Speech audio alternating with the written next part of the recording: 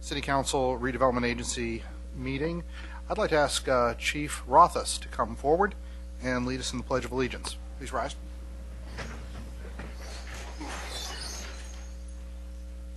Please place your hand over your heart and face the flag.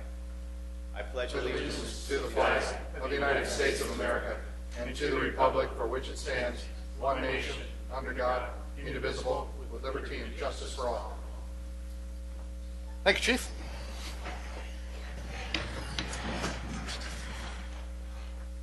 Item number 2, changes to the order of the agenda. Mr. Maltby.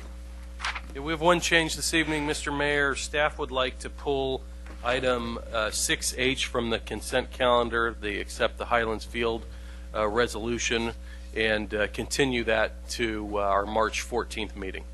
6H will be continued. Again, if there is anybody from the public who would like to comment, we will take those comments at that time. Item number 3, report from closed session. Mr. Rubens.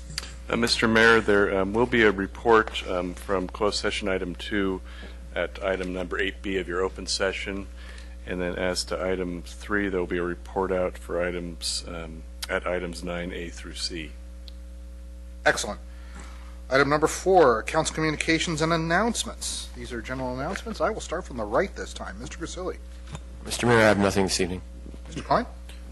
Nothing really. We had the Friends of the Adult Community Center had their annual crab feed on Sunday. Myself, the mayor, Councilman Grisilli, and some city staff members, interim city manager Jeff Maltby, and Parks and Rec Director Doug Long got to attend it. They raised some money. They're attempting to redo the floor at the Adult Community Center, correct? So hopefully this will help get them there. I wanted to point out that this is the second year in a row that the annual crab eating domination goes to the Klein House. My wife went toe-to-toe with Mayor Ahmad and Councilmember Doug Long and showed them how to eat crab, so I'm proud of her. Soaking wet, she might weigh 100 pounds, and she took both of us down. It was embarrassing, but we were sort of in this crab-filled coma for, I don't know how she did it. Yeah. Mr. Royce. Yes, both items I'm going to talk about are for this coming Saturday. At 10 a.m., we start off at Highlands, our celebration of turf. We're opening a field. We have a couple Park and Rec representatives here in the audience. I don't know what they have planned, but it's going to be great. I've been up there. It's a beautiful green turf up there, and of course we have tremendous value in increasing hours of play for all of our kids. And then at 6 o'clock at night, it even gets more green because it's a spring fling. So that's the green you bring in your purses and your wallet because it's one of the largest fundraisers for our schools. We all know that schools and safety have tremendous goodwill and value for the city of San Carlos. And all the people that have kids in schools and all the people in San Carlos that don't have kids in school, that had kids in school, go. And it's our way to recognize the need right now for our schools and the contributions and have a lot of fun. So that's, again, Spring Fling. You could find it on the webpage, of course, at the school site. So 2 great activities for Saturday. Mr. Grocott.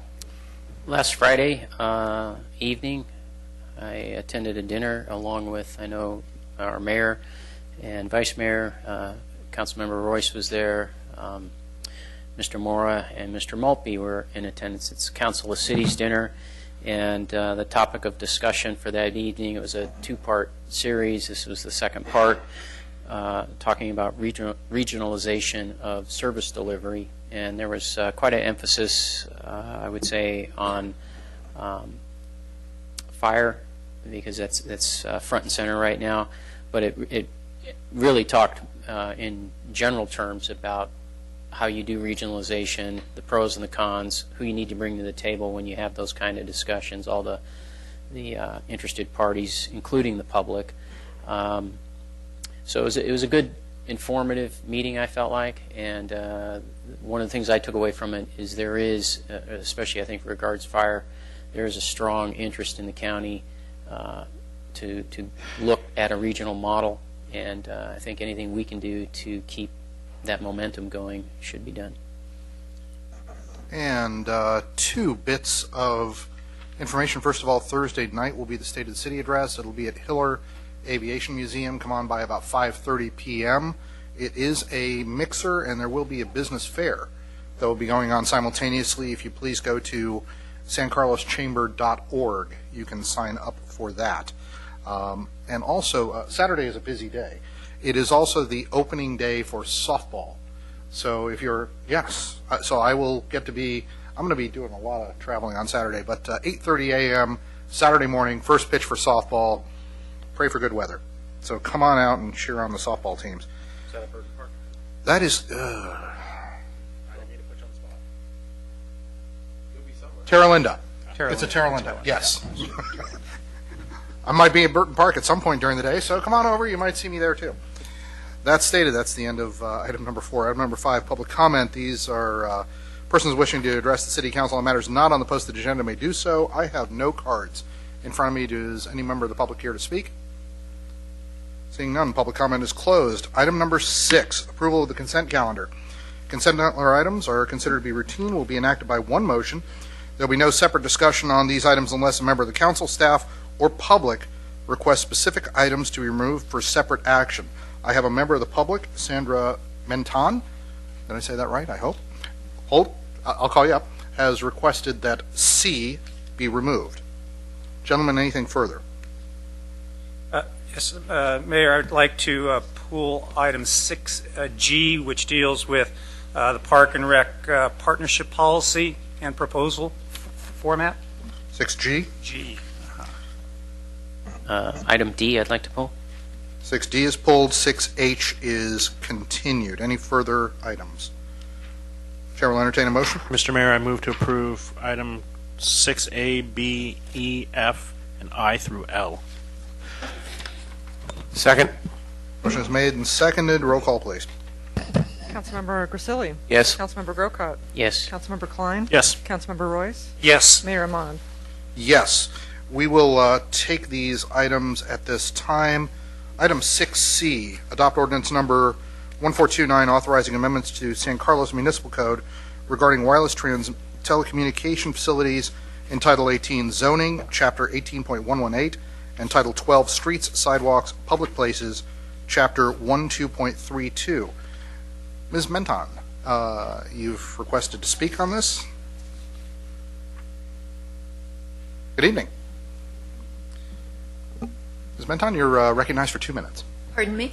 You're recognized for 2 minutes. Thank you. Mayor Ahmad and City Council members and City staff, I am here to thank Deborah Nelson for her efforts, along with the people in her department which helped to keep the residents of our neighborhood informed regarding the proposed amendments to the San Carlos Municipal Code with the issue of wireless telecommunication facilities. Several meetings were held for the residents to express their concerns and to request additional information.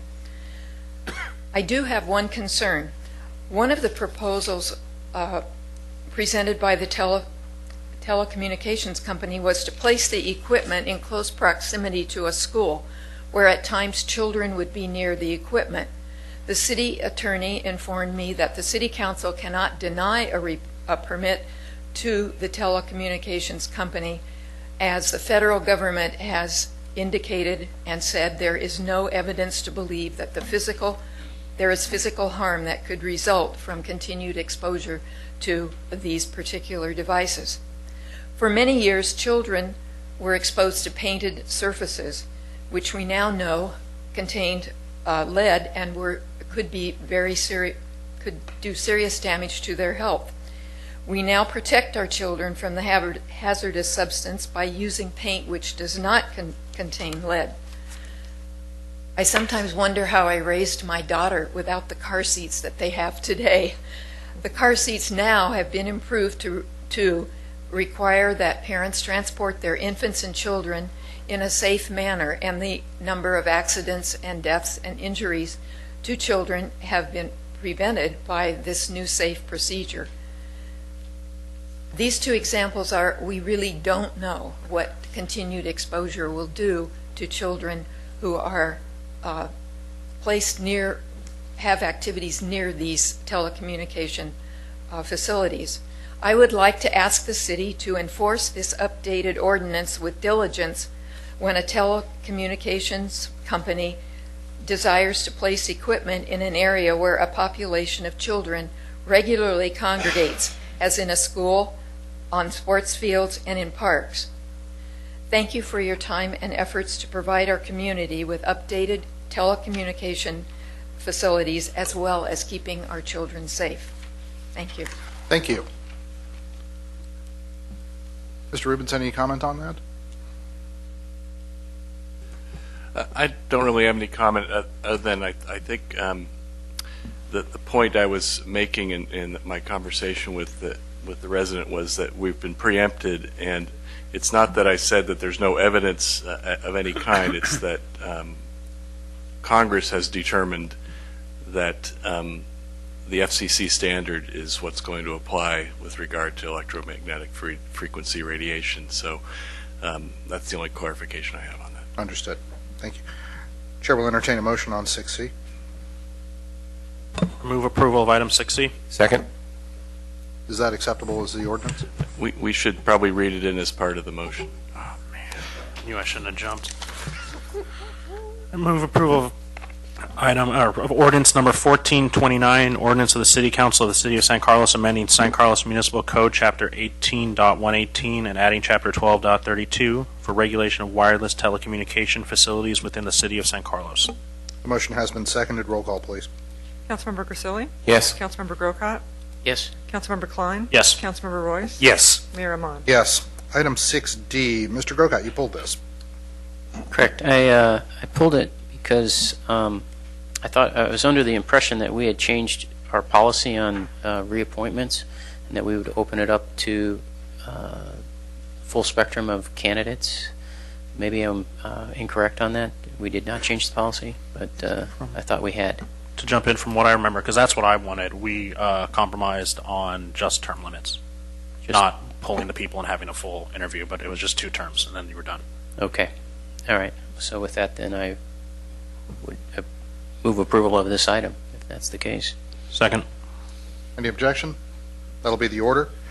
Item 6D, I'm sorry, G, adopt Park and Recreation Department. Mr. Royce, you pulled this. Yes, have one question before approval of the policy, and it deals with the insurance.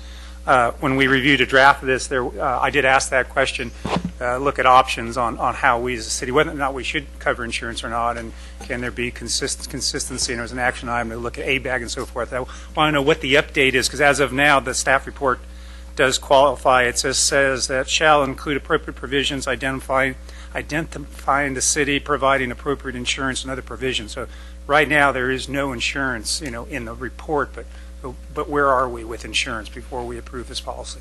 Well, again, remember this is an overarching policy that sets up the parameters of how we choose who to partner with and how we go forward.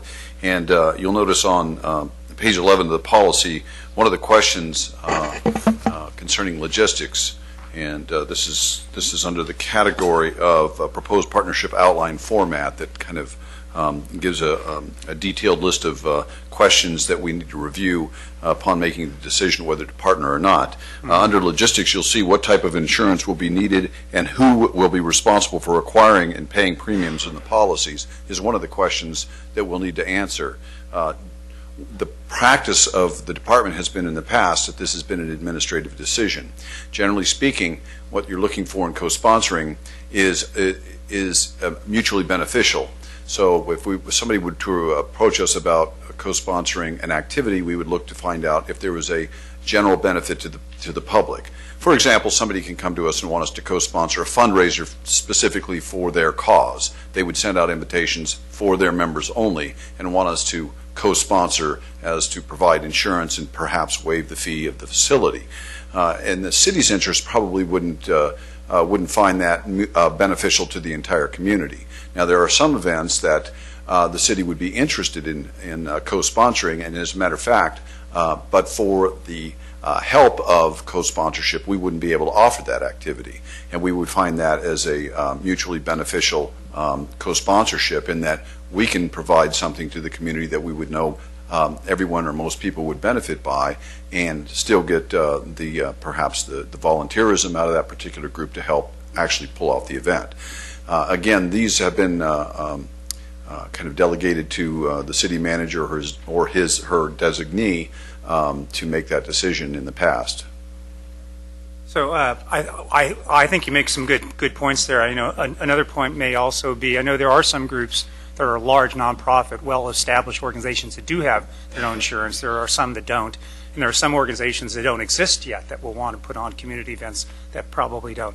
I guess still, though, I do have, from a consistency point of view, I do want to share with council, we do have a policy I think we established 5-6 years ago. And if you go to the web page under volunteer, under Park and Rec, we do have some programs where we do cover people with insurance. And these are adopt a park or adopt a project.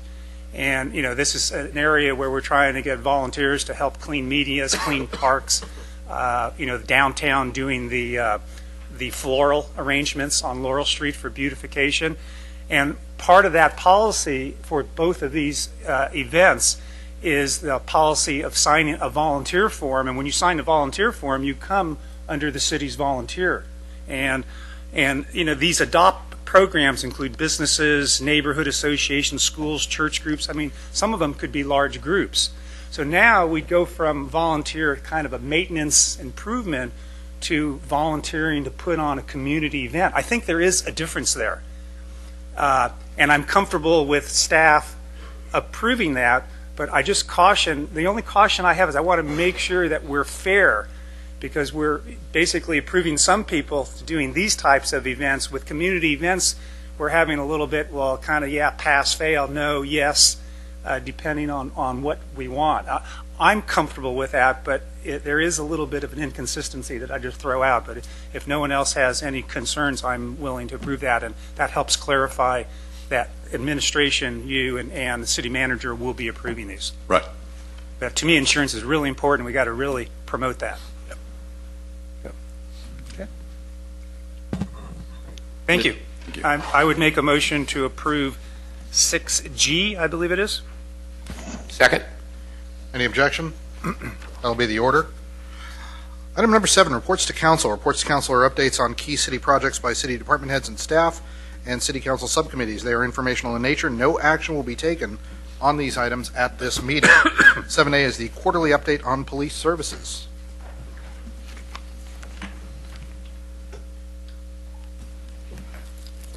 Good to see you again, Chief.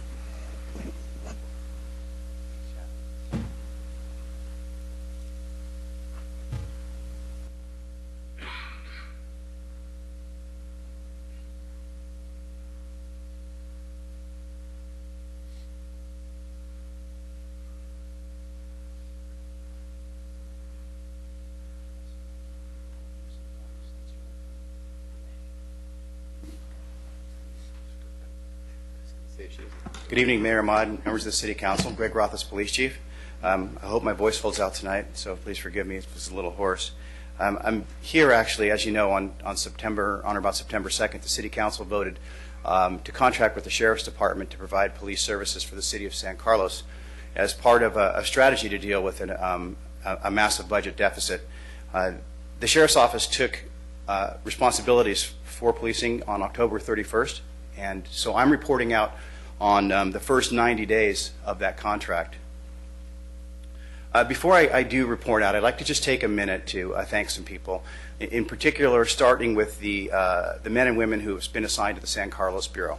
We take first really started off with two groups of people, the officers and staff who were former San Carlos police people and who really, many of whom did not want to see the department dissolve.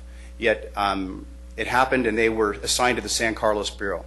They have really shown an enormous amount of professionalism. They've done a great job, and you'll see really from the results tonight, they are in large part responsible for the success of the Bureau over the past 3 months. The second group of people I'd like to thank really is the people who came into San Carlos from the Sheriff's Office. And they were assigned here, if you can imagine, they're clearly a high-profile assignment for the Sheriff's Office. Maybe one of the biggest things that office has undertaken in its history. Certainly the eyes of the sheriff were on them. Your eyes were on them, and that wasn't lost on them either. And they took this assignment under that kind of pressure, and they have done, again, an amazing job. They have brought in a lot of enthusiasm, a lot of fresh ideas, and good new strategies for enforcement. And so, again, to the extent that we've been successful, they really deserve a lot of the credit as well. I guess the best part of those two units, though, is that they're now one unit. We've really come together as a team. This is the San Carlos Bureau, and there's no more us and them. We are all with the Sheriff's Office. And they rightly deserve the credit for the success. But there are also a lot of other people. I think you remember when the sheriff made his presentation to you, he stated that not only would you get the 21 or so men and women assigned to the Bureau, but you would have the full resources of the Sheriff's Office at your disposal.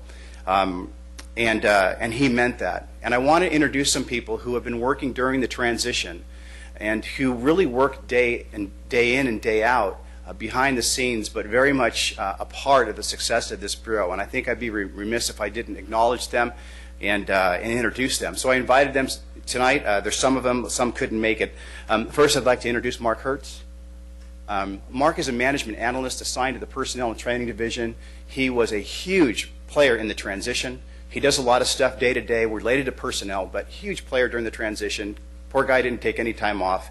He worked so hard, I thought there was two of them. But he did a great job. I thought he had a twin brother running around the Sheriff's Office, but it was only Mark. But great guy, and he's done a great job. Introduce Holly McFarland. And Holly is with the Community Policing Unit. And she's been involved. She's met with Parks and Rec staff, and she's been involved in helping to bring PAL programming back. The Sheriff's Office calls Sheriff's Activity Leagues, but PAL programming. I'll talk a little bit about what she's done, to help do that in this community. And so Holly's been a great addition and a great help. Another person I'd like to introduce is Deputy Adam Reiniger. Adam's back there. Adam is our school resource officer. He's been in the schools since we had this transition. Adam's done a fantastic job. We've already received 3 written commendations on Adam from school officials about the work that he's done in the schools. And I know the council has seen one or more of those letters. But he's just made an outstanding impression on the schools and on the kids there, and a great addition to the community. Another person I'd like to introduce is Lieutenant Larry Shoemaker. Larry is the patrol lieutenant with the Sheriff's Office, and but not just for the other units. He's actually our patrol lieutenant as well. We work closely with Larry when it comes to assignments. Really, a lot of times in understanding the ins and outs of the Sheriff's Office, kind of there's the saying around here is Larry knows everything. So if we have any questions, we call Larry. I had an opportunity to work with Larry in the Narcotics Task Force from 1988 to 1990. We worked together then, and it's good to work with him again. I'd also like to introduce Elena Portis. Elena is a manager in the Sheriff's Office. She's not a sworn person, but holds the kind of equivalent rank of a captain.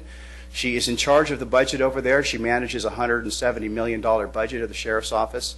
She was, the person behind the scenes in the Sheriff's Office doing a lot of the financial analysis during this transition and preparing the reports and working with our city manager, who told me that he has a lot of respect for Elena. And she's been in her position for about 3 years and added a lot of value to the Sheriff's Office. One of the things that she does for us is to give us monthly reports on where we stand with personnel expenses and all the other expenses we have, so she keeps us informed. The next person I'd like to introduce is Lieutenant Ray Lunny. Ray is a lieutenant with the Sheriff's Office. He's in charge of investigations. And so when we have a major case, Ray gets the calls, and he has responded out. Him and his team has responded out on major cases. We assign them to him, and he works those cases. So he's very much involved in this community, and was here as recently as last week on a search warrant. So he's very active.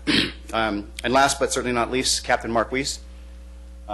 Captain Mark Weiss was the operational lead during the whole transition. He kept all of us on the same page. He kept all of us, the whole team, lined up and coordinated and make sure that we got done what it was that we needed to get done to make this transition go well. He's the operations captain. He's in charge of operations for the Sheriff's Office. That's all patrol, all investigations. He's a former commander of the San Mateo County Narcotics Task Force and has expertise in police tactics and lots of experience. So I wanted to introduce these people to you for a couple of reasons. So first, to demonstrate that the sheriff had said that not only would you get the people that you would be assigned, but that you would get the full resources of the Sheriff's Office behind you. And so I hope that this demonstrates that. And the second thing is to show you that, really the quality of people that the Sheriff's Office has, and the quality of people that we're able to kind of bring to the table to police this community. So I want to also thank them for all the work they do, and they do a great job. So the presentation tonight will go into 4 quick categories. I want to give you just a general overall update on crime in San Carlos, report out on some key performance measures tonight, talk a little bit about the community survey, which City Council wanted, and then some of the things that we're doing for community engagement. In terms of total Part 1 crimes, you can see that our Part 1 crimes probably average somewhere in the low 600s, and they vary up and down a little bit within range. Our Part 1 crimes for 2010 were maybe a little bit higher, but certainly not as high as 2009, which was a pretty busy year. So not a lot of variation. They stay within a particular range, and so there's nothing really new that stands out with respect to that. A couple crimes that I want to talk about in particular. One that got a lot of attention recently is robbery. We've had, I think it was like 7 robberies since September. That was, I go back before the transition. And Lieutenant Ray Lunny knows about all of them. Interestingly, the only thing that those 7 robberies had in common is that they had nothing in common. And so it was a little bit difficult. We got some arrests on some, good suspect on info on others, and others are working. So again, our biggest year for robbery was 2009, although last year we had a lot. It wasn't what we saw in 2009. And another, probably the most serious property crime that we have in San Carlos is burglary. So I thought I'd show you those statistics. I guess we're probably running an average in terms of what we did last year with respect to burglaries. And so there's not any big news or splash there. When I talk about performance measures, I'll move into those. I want to talk about some of the ones that came up during transition talk, some of the things that people were concerned about, and then generally just some of the things that we think people would really want to know. First being response times. How fast do we get it to calls, arrest and citation? What is the productivity of the unit? And then I'll get into a little detail later, but when we talk about the survey, they really looked at 4 things in the survey: whether or not the deputies were showing care and concern, whether or not they're competent, professional, and whether or not the community was satisfied overall. So that's kind of what we'll be looking at. One of the things I did in order to give you some kind of benchmark or perspective or framework in which to analyze the 3 months of the Sheriff's Office was to compare it against the same 3-month period last year with the Police Department. I want to say at the outset it's not a competition, and that's not the point. The point is to provide some perspective and framework. And so, and the only way to do that, if I throw numbers out and don't give you perspective, it's not going to mean much for you. So I wanted to go ahead and use those numbers from last year. The response times, we took a look at those. We really did expect that the police would be the blue bar, and the sheriff is the other one, light bar. We kind of expected that our response times would be a little slower in November as we found our way around, and they were, but they were still well under 4 minutes. But it turns out overall over the 3-month period, although there was some fluctuation month to month, that our response times to emergency calls are exactly the same. There has been no difference. We're not any better, it's not any worse. So the response times are the same to emergency calls. We did not look at non-emergency calls. First Service, I don't have that information for you. I looked at them, and I'm telling you they're basically about the same too. In terms of felony arrests, which was a surprising statistics, we showed that over the 3-month period, our felony arrests have increased by 92%. And so the question for some people, I'm sure, would be, why is that? Excuse me. Really, I took a look at the felony arrests, and I can tell you that there's 3 areas in which account for the majority of the difference. Number 1 is drug arrests. Number 2 are weapons violations. We're locating more weapons on people, and those end up being felony charges. And also, the third is in self-initiated probation and parole searches that result in an arrest of a probationer or parolee who is not complying with the terms of their probation and parole. So that's really where most of those differences are. The next statistic is traffic citations. I can tell you that with respect to traffic stops, we're probably down by about 9%. With respect to traffic citations, we're down by about 38% over where we were last year. So I took a look at see what kind of accounted for most of those differences.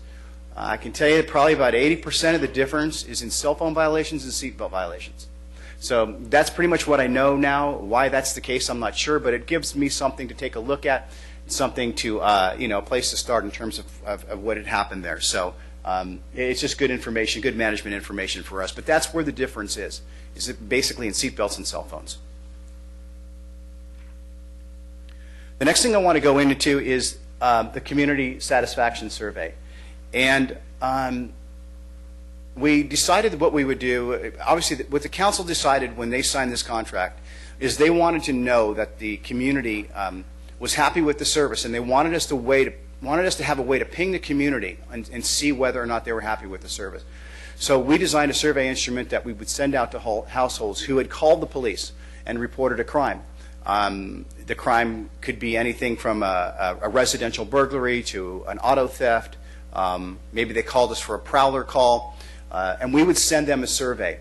We did not send surveys to people who have been a victim of a traumatic crime. We didn't send them to people we arrested because we pretty much knew what they would say. But we looked at really four general areas. And we decided it would be, what is it that people want when a deputy shows up to their house and they call the police? What do they want when somebody steps in the door? And we believe that what they want is that the deputy is caring and is concerned, that it isn't just a routine call. It's not a routine matter for the victim, or they wouldn't have called the police. And so they've treated their issue as important. We believe that the community wants to see deputies who are technically competent and who know their job and know what to do. Third, we believe the community wants people who are professional and who have professional parents and who handle themselves in a professional manner. And then the last question being the overall satisfaction question is whether or not you're overall satisfied. So in the report, I said that we had sent out somewhere around 60 surveys. We've got about 22 back. We threw out the high and the low, analyzed 20 of them, took the average of that, and that's what you see there in terms of the scores. And really all the surveys have been very good. And we just got 6 more back since I completed the report, and all of those are good. So the community seems to be very satisfied with the service that the sheriff is providing. Great comments on the surveys from people talking about deputies who, it seemed like a little thing, but they treated it like it was a big deal. Really seemed like they cared a lot. Just nice comments like that. And so they're really doing a great job. This kind of last part of the report talks about, some of the community services and some of the partnering that we've done with the community. Actually done a lot of work in the schools, so kind of gets its own slide in terms of partnering with schools. We have a designated school resource officer. You've met Adam and read some of the letters about him. He's been very active in the schools, working with the kids and working with the staff there. We have worked with Robert Reel and his department and the community in the Safe Routes to School program. That's a program here in San Carlos, particularly 4 schools that really are of more concern. And we've worked and gone to meetings and will continue to go to meetings with the Safe Routes to School Committee. As part of that, what we have done is institute at their request and is a traffic enforcement schedule at the school.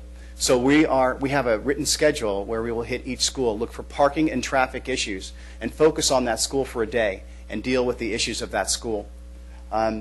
We participated, the school district had an earthquake drill, and we participated and helped them with that, involved in and basically being present, analyzing how well they did, and helping them prepare for earthquakes. As part of the earthquake drill and emergency planning, we've worked with the schools to provide emergency communications in the event of some sort of an incident at the school where they needed to lock down. And so we are working with them currently to place emergency radios in the classroom in the event that they can't get to cell phones, so that they can have a way to communicate immediately with the police should there be an incident at the school. And so the last stages of that, I think, are going on this week when they get the radios. We've participated in the wellness committee with the school district. They do a lot of stuff for wellness with children there, but we're mostly involved in and we go to the monthly meetings on that. And where we were coming into play is they want an anti-harassing, anti-bullying type of policy there at the school, which is a big deal. So we're assisting mainly with that. And we're also involved in currently reviewing curriculum options. The school district really didn't want DARE back, but they're very interested in other curriculum options that might be beneficial to them. So we're looking at that. And then with respect to some community engagements activities, just before Christmas, we had held a holiday toy drive in conjunction with Beanie Keeney's Market at the parking lot there. We raised a lot of money and some toys that were then given back to the San Carlos community for holidays and for needy kids. We're increasing our volunteer patrols. We actually have a reserve police officer on patrol tonight, and we have other volunteers that we'll be looking at to help downtown and whatnot, so we're increasing that. We've restored Police Activities League programming. It's really called Sheriff's Activity League programming. You met Holly McFarland. She's very involved in doing that for our community. We will be preparing a report for the Transportation and Circulation Commission on traffic accidents, traffic enforcement, and just a general traffic analysis and report out to the Traffic Commission in the spring. So we're working on that. And we have a Citizens Police Academy that's scheduled to begin March 3rd. Anybody who's interested in that, I encourage you to go on the website, and you can go ahead and apply for that. And it's the first time we've been able to have a Citizens Police Academy in this community for quite a long time. So that concludes my presentation, and I just want to say on behalf of the sheriff and on behalf of all the men and women in the sheriff's office that we're honored and privileged to serve this community, and we look forward to continuing to do an excellent job in that. So, thank you. Terrific. Thank you very much, Chief. Start from my left. Mr. Grocott, any questions? Yes, I've got a few. Some of these relate just more to police activity and not necessarily specifically to the report, if you don't mind. The first one is just a comment, because you highlighted a number of interested parties, you might say, like schools and what you've done at the schools and so forth. And I just wanted to add a comment to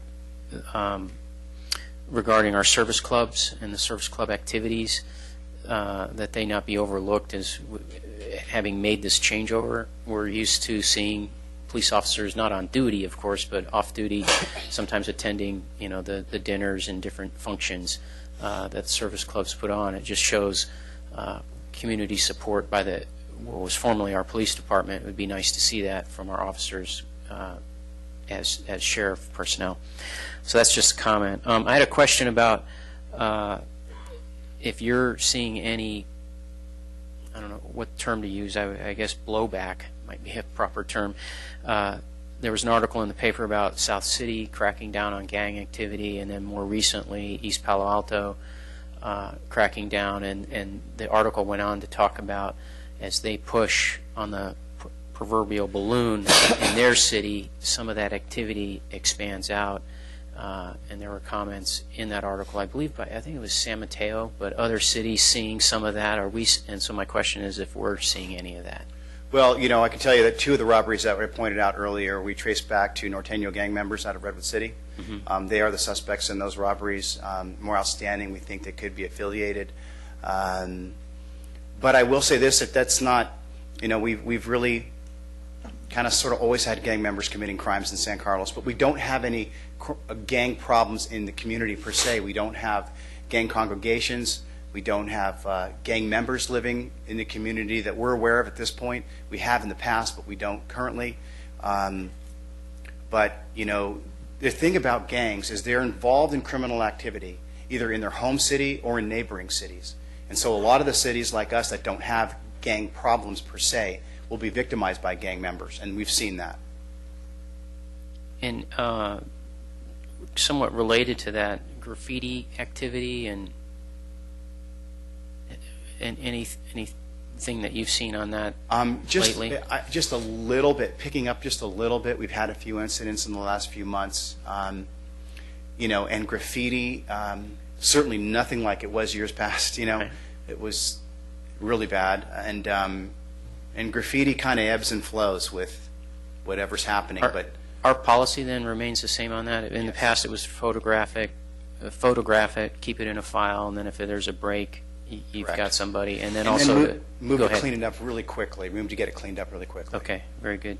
I was curious about we just had our council retreat, and there was some discussion towards the end about downtown and Laurel Street and so forth. Is that something that your officers will be participating in as we look at that and the quality of life or the environment of the downtown and some of the things going on? Well, there was a couple things that came out recently that I've already given to the deputies. I think one was a couple concerns expressed. Groups of bicyclists on Laurel Street, and also loud music, which is a vehicle code violation, blaring down Laurel Street as people are having dinner and whatnot. So I've given direction to staff for enforcement on those two things, because that was something that came from the retreat. But whatever is going on that's important to the community and that has an element in it which could affect us, we very much want to be involved in anything like that. We're doing it with the schools, we're doing it with transportation issues, and we'll certainly do it with Laurel Street. Okay. My next question has to do with working with neighboring agencies, just in terms of, has there been any change, or is it the same regarding backup and cover? And in other words, us going into their, crossing the border and going into Belmont, going into Redwood City primarily would be the two. So in that regard, and then secondly, in terms of investigations. There's been a little bit of change with respect to the cover coming into town. I mean, first of all, we still work great with Belmont. We cover them, they cover us when it's needed routinely. And so that's still going on. But, we're surrounded by sheriff's office jurisdictions, and they'll roll into town pretty quickly. They got their radio, and they know what's going on. An example of that occurred last week. We had an incident in a hotel room we thought was either A, an attempted homicide, or B, an attempted suicide, and we weren't sure which. All our units were committed to that, and within minutes, our streets were covered by sheriff's deputies from other beats. And it was almost instantaneously covered. It's their town; they'll roll to it if we're off the street. So there's that kind of instantaneous cover that comes from the sheriffs, and a lot of it that we get now with the contract. And so, yeah. Interesting. Okay. And on investigations? And investigations, we do it. We try to do as much as we can at the patrol level if we're taking a case. And then when it comes time to assign it up to the detectives, we go ahead and assign it to up to investigations. Lieutenant Lunny and his unit works with the the cases. I stay on top of the major cases and communicate a little bit from time to time with either Captain Weiss or Lieutenant Lunny on some of the major cases, so that that I stay informed on that. But they're assigned to a much larger detective pool, and they're worked in some cases by specialists. So. And then lastly, has there been any feedback from business concerns, or on the other hand, any outreach to businesses, either the Chamber Group, HIA, et cetera, to talk with them about, the change up and getting their concerns? Well, I mean, I've done a lot of speaking to groups during the transition. I spoke to all the service clubs, spoke to other community groups, adult community center about the transition, and I think this is kind of what I wanted to do at this point, is to go ahead and go back out to the community with this 3-month report after talking to the council. I think there's some information here that community groups would want to hear and see, and would want to be able to ask me a lot of questions, as you have, and be able to. They have a lot of questions, and so what I'll do now at this 3-month level, now that we have this information in this report, is go ahead and take it out to the community, to those community groups, and interact with them and give them an opportunity to ask me questions. Okay, and then just a closing comment. By appearances, from my perspective and what I've seen, it does look like it's going well, and I appreciate your work. Thank you. You're welcome. Mr. Royce. Yes, a comment first. Just want to make sure I know what was going through my mind when we wanted these performance measures to council. The major item on top of all that is quality improvement. And so our goal here is not to get straight A's. Our goal is to track, to understand where we are. It's beautiful that we have some good early results. They're early, though. But what's most important is that, if there's one citizen that's upset or concerned about our process, if there's something that starts to go south on us, we have a tracking mechanism for quality improvement to react and to get better. And so, again, I just want to highlight the importance of data tracking, but don't get hung up on the data and the report card. It's a process, a quality process. 2 questions. The first one's really important, to me. It's how our officers and employees are doing. We changed the rules on them. We've outsourced people that have 20, 30 years of experience. They were going to work in San Carlos for the rest of their lives. Do you have any input on how our employees are feeling about the change and their lives in the force? Yeah, I do. I mean, first of all, as you know, when this whole thing was happening, it was one of the goals of the council was to make sure that the employees had a job. And during this transition, we were able to execute with council's direction that every employee who left San Carlos would have a job with the sheriff's office basically at an equivalent rank. Our deputies went over as deputies, sergeants as sergeants, and civilian supervisors as supervisors. And, so that part went really well. We have people who are assigned really in 2 places right now, either in San Carlos Patrol or in the jail. And so that's where our staff is.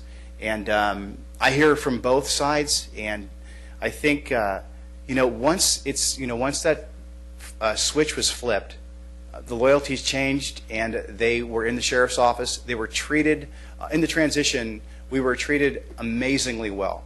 The employees were treated with such respect and such dignity when they went over to the sheriff's office. The organization as a whole, the police department, was treated with such class and respect and dignity that they really had a good feeling walking in. And I think that's carried through no matter what their assignments has been. Interestingly, I think some of the people were a little bit skittish about working in the jail, and I keep hearing that they're liking it. It's a unique place. It's big, and it's very complicated, and there's a lot to know to work that place. There's so much to know that work there. They're still in training. Many of them still in training last week. They're getting a new aspect of the business, but they've all been treated extremely well, and I haven't heard anybody tell me or come to me and say so-and-so is dissatisfied or unhappy. I've heard good things. Good. And my last question, I know in the survey they were allowed to fill out a write in the box if they had any recommendations or anything. Was there anything interesting that came out of any verbal or any written thoughts or recommendations?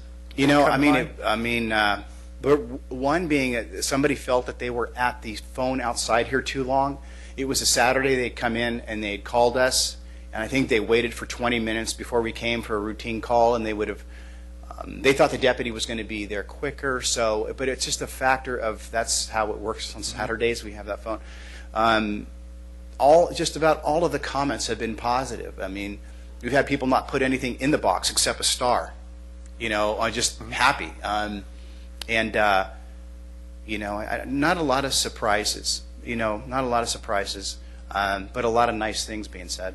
Great. Thank you. Mr. Klein. Thank you, Chief, for this presentation. Just a couple questions. When we did the transition, the split was 50-50 for former San Carlos officers here and sheriff's deputies coming in. Correct. What is it now? It's basically the same. Okay, because I'm getting a lot of questions where people don't believe that it's 50-50, that everybody's gone. No, we had one transfer of a former San Carlos officer replaced by a deputy. So it's basically the same. 50-50 minus one. Yeah. Okay. Actually, it was probably 50-50 because we were 50-50 plus one before, so we might be 50-50 now. Okay. Well, that's good to know. So that's just a rumor. Couple other questions. The sheriff, I think you guys are in discussions about possibly putting defibrillators into your cars. Is that something that's being discussed or something that's pie in the sky? Yeah, we're discussing that, and as well as actually putting them, working with community groups in terms of their placement in the community and training community members. Okay, and the one thing I noticed on, the survey you handed out, I wish it could have been a little broader to just the broad-based community, those who haven't had, actual crime interactions, because the one thing I'm hearing on the street, and I don't think a 1 through 6 does it justice, right. We're constantly having people come up to us and say, it's working great, we see way more police in town, they're friendly, they're being proactive, they're working, we're getting emails from teachers and principals saying that, it's going well, we love the transition. I'm constantly in fear of getting a ticket because we now have a traffic enforcement officer. So, I wish it had gone out to a broader base of the community who doesn't have the interaction, just has the feeling of it. And the one thing I've been hearing is that just the feeling is a lot better than it was when we were at odds with our police department.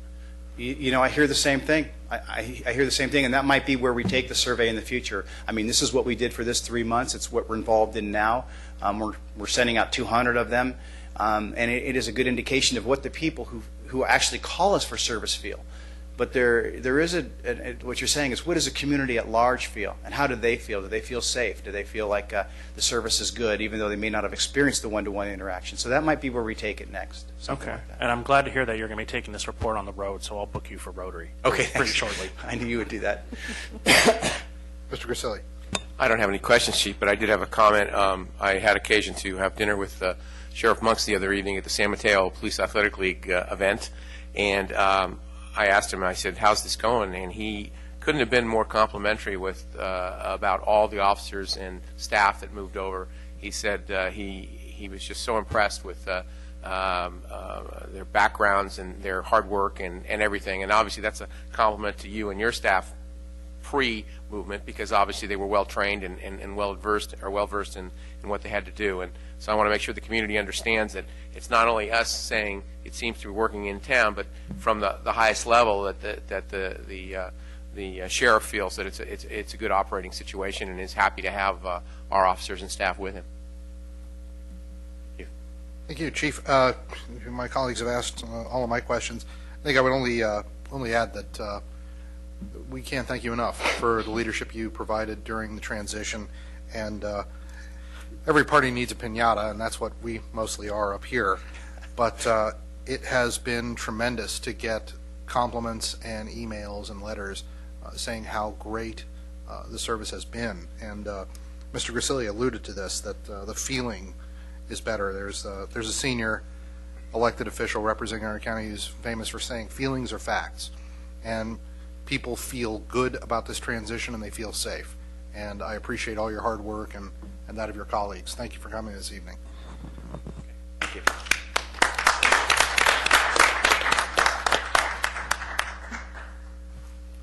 We will move to item 7B, monthly update on fire and emergency services options for San Carlos. Mr. Mora. Thank you, Mayor and members of Council. As Council will recall, staff has been providing regular updates to the Council about our fire services and San Carlos project. At your recent Council retreat, you put that in the strategic plan and asked that we continue that process. So tonight we have filed our latest monthly report, and I thought that since we've had a number of presentations in this area, rather than going through a detailed presentation tonight, I would instead ask if you have any questions. We'll go for questions, starting from my right, Mr. Grisilli. Mr. Moore, I don't have any questions. I have some comments, which I would wait till all the questions are asked, or do you want me to speak now, Mr. Mayor? Well, let's go for questions real quick. Sure. Mr. Klein? Okay, Mr. Moore, I have a couple questions about this hybrid standalone option. Mm-hmm. So the option you're talking about is having essentially what North County has. Is that correct? Well, what we're doing is we're exploring a couple things. Number one is we're exploring a standalone option very similar to what was in the Tri-Data report. And the other thing we're exploring is what was in the RFP as option 3, which is, as you point out, is the so-called hybrid option. The difference being that in the standalone department, the city would not only have firefighters and staff on their payroll, but also we would have a chief and we might have some management. In the hybrid option, we would have the employees, but all of the management would be done by another agency. So in some respects, they are similar. It is a lot like the North County model, and in fact, as the council probably will recall, we did get a letter of interest from North County. I did have a very nice meeting with Chief Myers from Daly City about their model and took some of the ideas from there in my discussions with the city of Redwood City. And as you probably know from the report, we've had 2 meetings now with Redwood City. We have another one coming up later this week, and we are exploring with them not only their initial proposal, but also their interest in working with us on a hybrid model and also sharing resources even if we had a standalone option. So we think there's a number of possibilities with Redwood City. Okay, so with the hybrid or the standalone option, we kind of start with a clean slate, correct? I think that's right, yes. So would we be able to look at things as was brought up in the strategic plan retreat, as in like getting out of CalPERS and possibly going to another system or finding a different way of benefit structure? I think that's possible, and also you have the possibility of having a different CalPERS tier. I mean, today you have 3% at 55 at the fire JPA, but there's nothing to say that if you create your own fire department, you couldn't be at, say, 2% at 50 or 55, and maybe you have the highest 3 years instead of the highest year. That's all possible, yes. Okay, and then my other question is, currently now we have firefighters and we have paramedics. Mm-hmm. But since medical is becoming such a huge part of what our fire department does, would we be able to create a system where everyone's a paramedic? The council certainly could do that. I mean, under a standalone model or a hybrid, we would bring to you a series of job specifications and salary ranges down the road. I guess my only comment to the council or observation would be that to the extent that we want to place some of the current JPA Fire employees in the new organization, that might pose some challenges since they have a mix of firefighters and paramedics. But I do understand your point, Vice Mayor Klein, that since most of the calls are medical, you seem to be leaning towards that versus the firefighters. It's a choice, but again, there's a trade-off. Well, the paramedics are firefighters as well, correct? They just have additional training to be paramedics. That's true. That's true. Again, the retention would be the only area I'd highlight for you. Okay, that's my only question. Those are my only questions. Mr. Mayor, I apologize. Could I ask a quick question? Mr. Grisilli? Klein comment brought up a question. San Mateo, or should I say Foster City, has start over, Bob. Chief Belleville of San Mateo is now the chief of Foster City's fire department. True. So that's a little bit different than the North County model? Yes. So we're not calling that a hybrid or? Well, here's the difference, Councilmember Grisilli. In North County, what happens is the firefighters and the line staff are on the payrolls of Pacifica and Brisbane. Right. But in Daly City, they provide the chief, the deputy chief, the battalion chief, the fire marshal, et cetera. And kind of where I was going with Vice Mayor Klein, and I think you're sort of heading there as well, is that when you look at the standalone model and you look at the hybrid model, there's some common ground, let's say, because our assumption going in has been, or my assumption anyway, has been that under all of these models, there will continue to be some sharing of resources, very much like we have with the Fire JPA today. As you know, we share a quality control training chief with Woodside and Redwood City. We share a training bat chief with those two agencies in the Fire JPA. I would imagine that we would, as a city with two stations, do the same. I know that our neighbors to the north have indicated that they may not do that, and unless I get direction otherwise from the council, my inclination is, since we're looking at a smaller agency, to the extent we can share resources, it'd be smart for us to do so, I believe. Right. But just to follow up, basically, all Foster City did was basically get the chief. Correct. So basically, they still have their own bat chiefs. They still have all their own support thing. The only thing they have different is that there's just no chief. That's correct. Okay, thank you. Mr. Royce? Yeah, just one question. And excuse me, I've been gone out of town this last week, so I come back trying to catch up on all the news and the media. So where are we with, since the Board of Supervisors meeting, there was some discussions with Belmont. You read in the paper, it's all, depending on what you read every day, it's different. So where are we? Where are we going? Is there anything that you could clarify? I know, the two people on the board and staff are pretty familiar, but the other three of us aren't privy to that. So okay. Can you clarify where we are, maybe sure. now? Sure. Maybe future, but maybe just now would be good enough. Okay. To go back a couple steps and perhaps revisit some of the things in the report and some things you may know or may not know to answer Councilmember Royce's question. Late last year, the city received a letter from the folks at CAL FIRE, who provide the county fire department services and have for the last 45 years, and have indicated they were not going to respond to the city's RFP due to pressure from elected officials in this county in Sacramento, as well as from the Firefighters Union. They did indicate, though, that if the city of San Carlos could either A, bring a second city along with them, or B, get a proposal through the county fire department, what they refer to as a pass-through, I guess it's sort of like a redevelopment pass-through of sorts, that they would in fact provide a proposal. Since that time, we have learned that the CAL FIRE staff did in fact hire a former CAL FIRE section chief, a guy named Dan Turner, who did the RFP response for Coastside, and he completed the San Carlos RFP. So there is in fact a completed San Carlos response, if we could ever get our hands on it, I suppose. In fact, it's interesting, during the January meeting of the county board, the CAL FIRE staff actually had our proposal in a blue 3-ring binder, not unlike this one, and they told us the first 8 pages of the binder were in there. I suppose if we'd known that, we might have tried to find a way to get that binder, but be that as it may.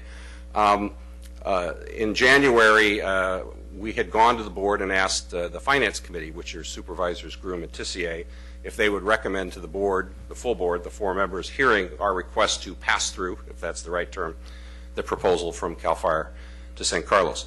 At that meeting, there was also testimony from the San Mateo Fire Chief, Chief Belleville, and he indicated an interest in giving the county a proposal for fire services from the yet-to-be-formed regional fire model that was proposed by San Mateo, Redwood City, and the Fire Union, which also would include Foster City, San Carlos, and Belmont, in theory.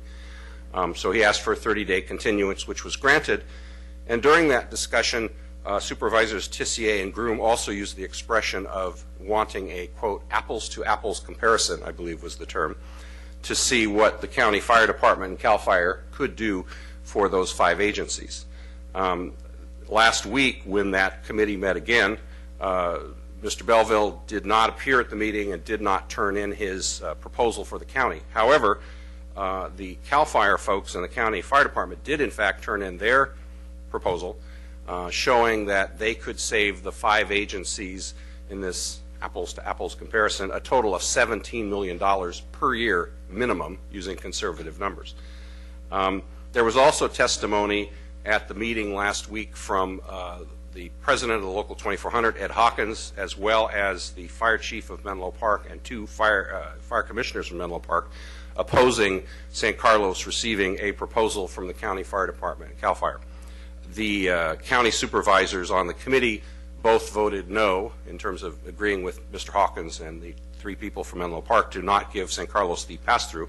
However, at the end of the meeting, they did offer mediation services at the cost provided by the county, on their dime, as it were, which they referred to as marriage counseling, quote unquote, which got a lot of play in the local newspapers.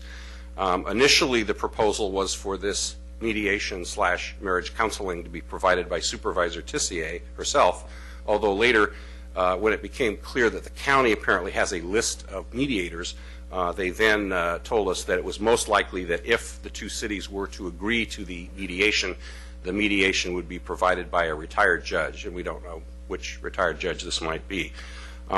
The 2 city fire commissioners, Mr. Maude and Mr. Klein, agreed to the mediation offer later that afternoon. To date, the folks in Belmont have not agreed. It is our understanding, based on the testimony at the committee meeting, that Councilmember Lieberman from Belmont would be very interested in the mediation. However, in comments both in the newspapers and on the Belmont Patch blog, 4 of the 5 Belmont council members have indicated they are not interested in this proposal. As of today, we've been told that the 2 supervisors want to give the mediation opportunity 3 or 4 more days before they take their next step. I'm not clear what the next step might be. So that's, in a nutshell, where we are with the county. But I would say at this point, the 2 supervisors are not inclined to move the pass-through forward to the full board for consideration, nor the $17 million offer. However, the mediation idea is still on the table for another 3 or 4 days. And again, our 2 representatives have continued to indicate interest. There appears to be a council member in Belmont who's interested, so I guess the key there would be if another Belmont council member would step forward, the mediation may indeed occur. Great. Thank you very much. Sure. Excellent summary. Thank you. Mr. Grocott.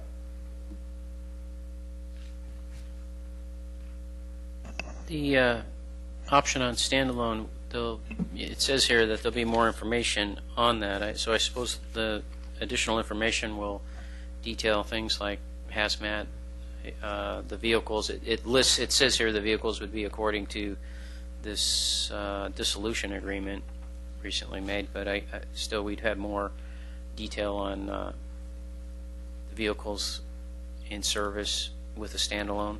Oh, okay. Let me take a couple of your questions, Councilmember Grocott. Okay.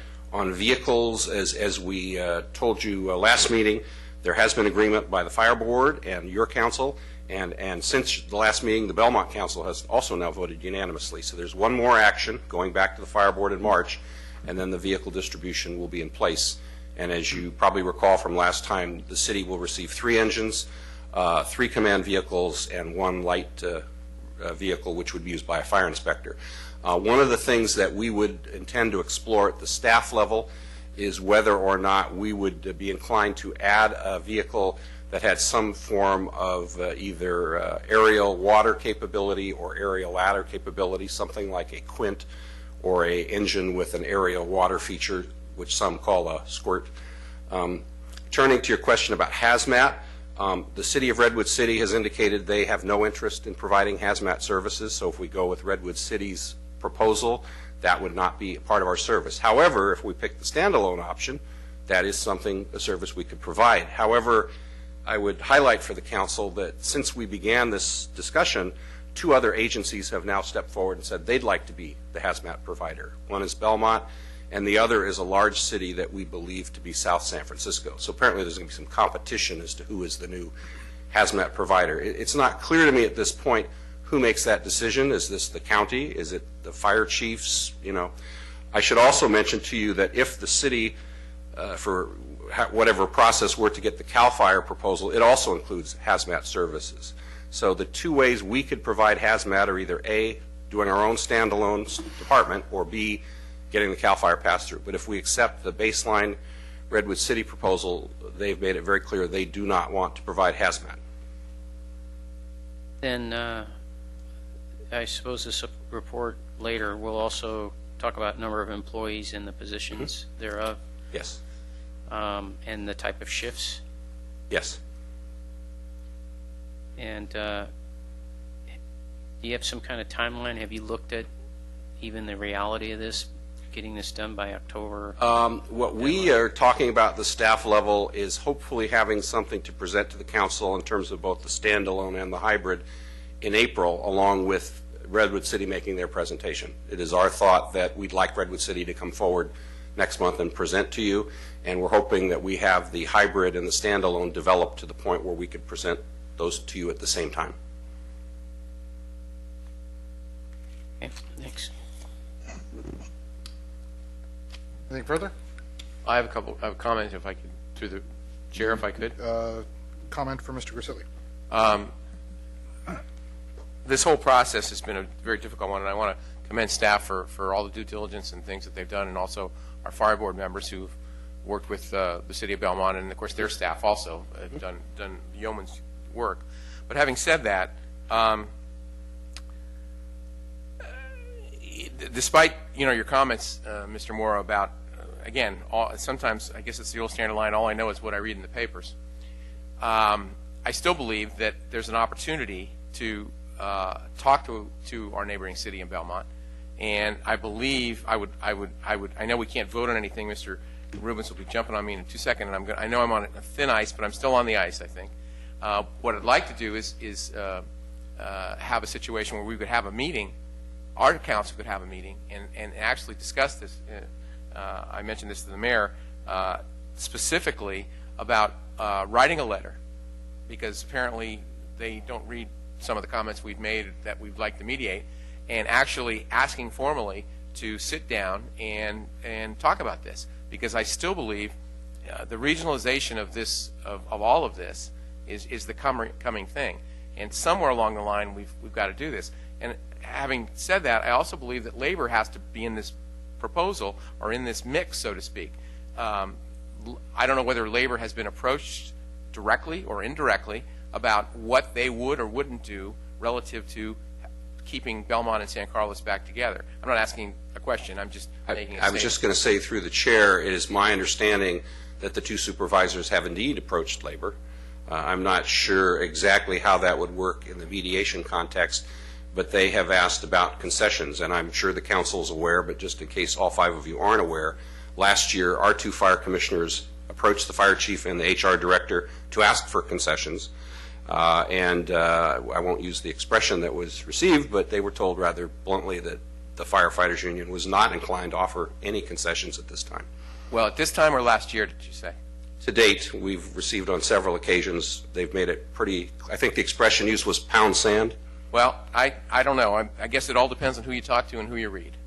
But anyway, I still feel that we should, despite the fact of what's going on, that we should still go and make a formal or letter or whatever. First of all, if we need a meeting to do this, fine, whatever we need, and go to Belmont and say, hey, look, let's sit down and talk about this.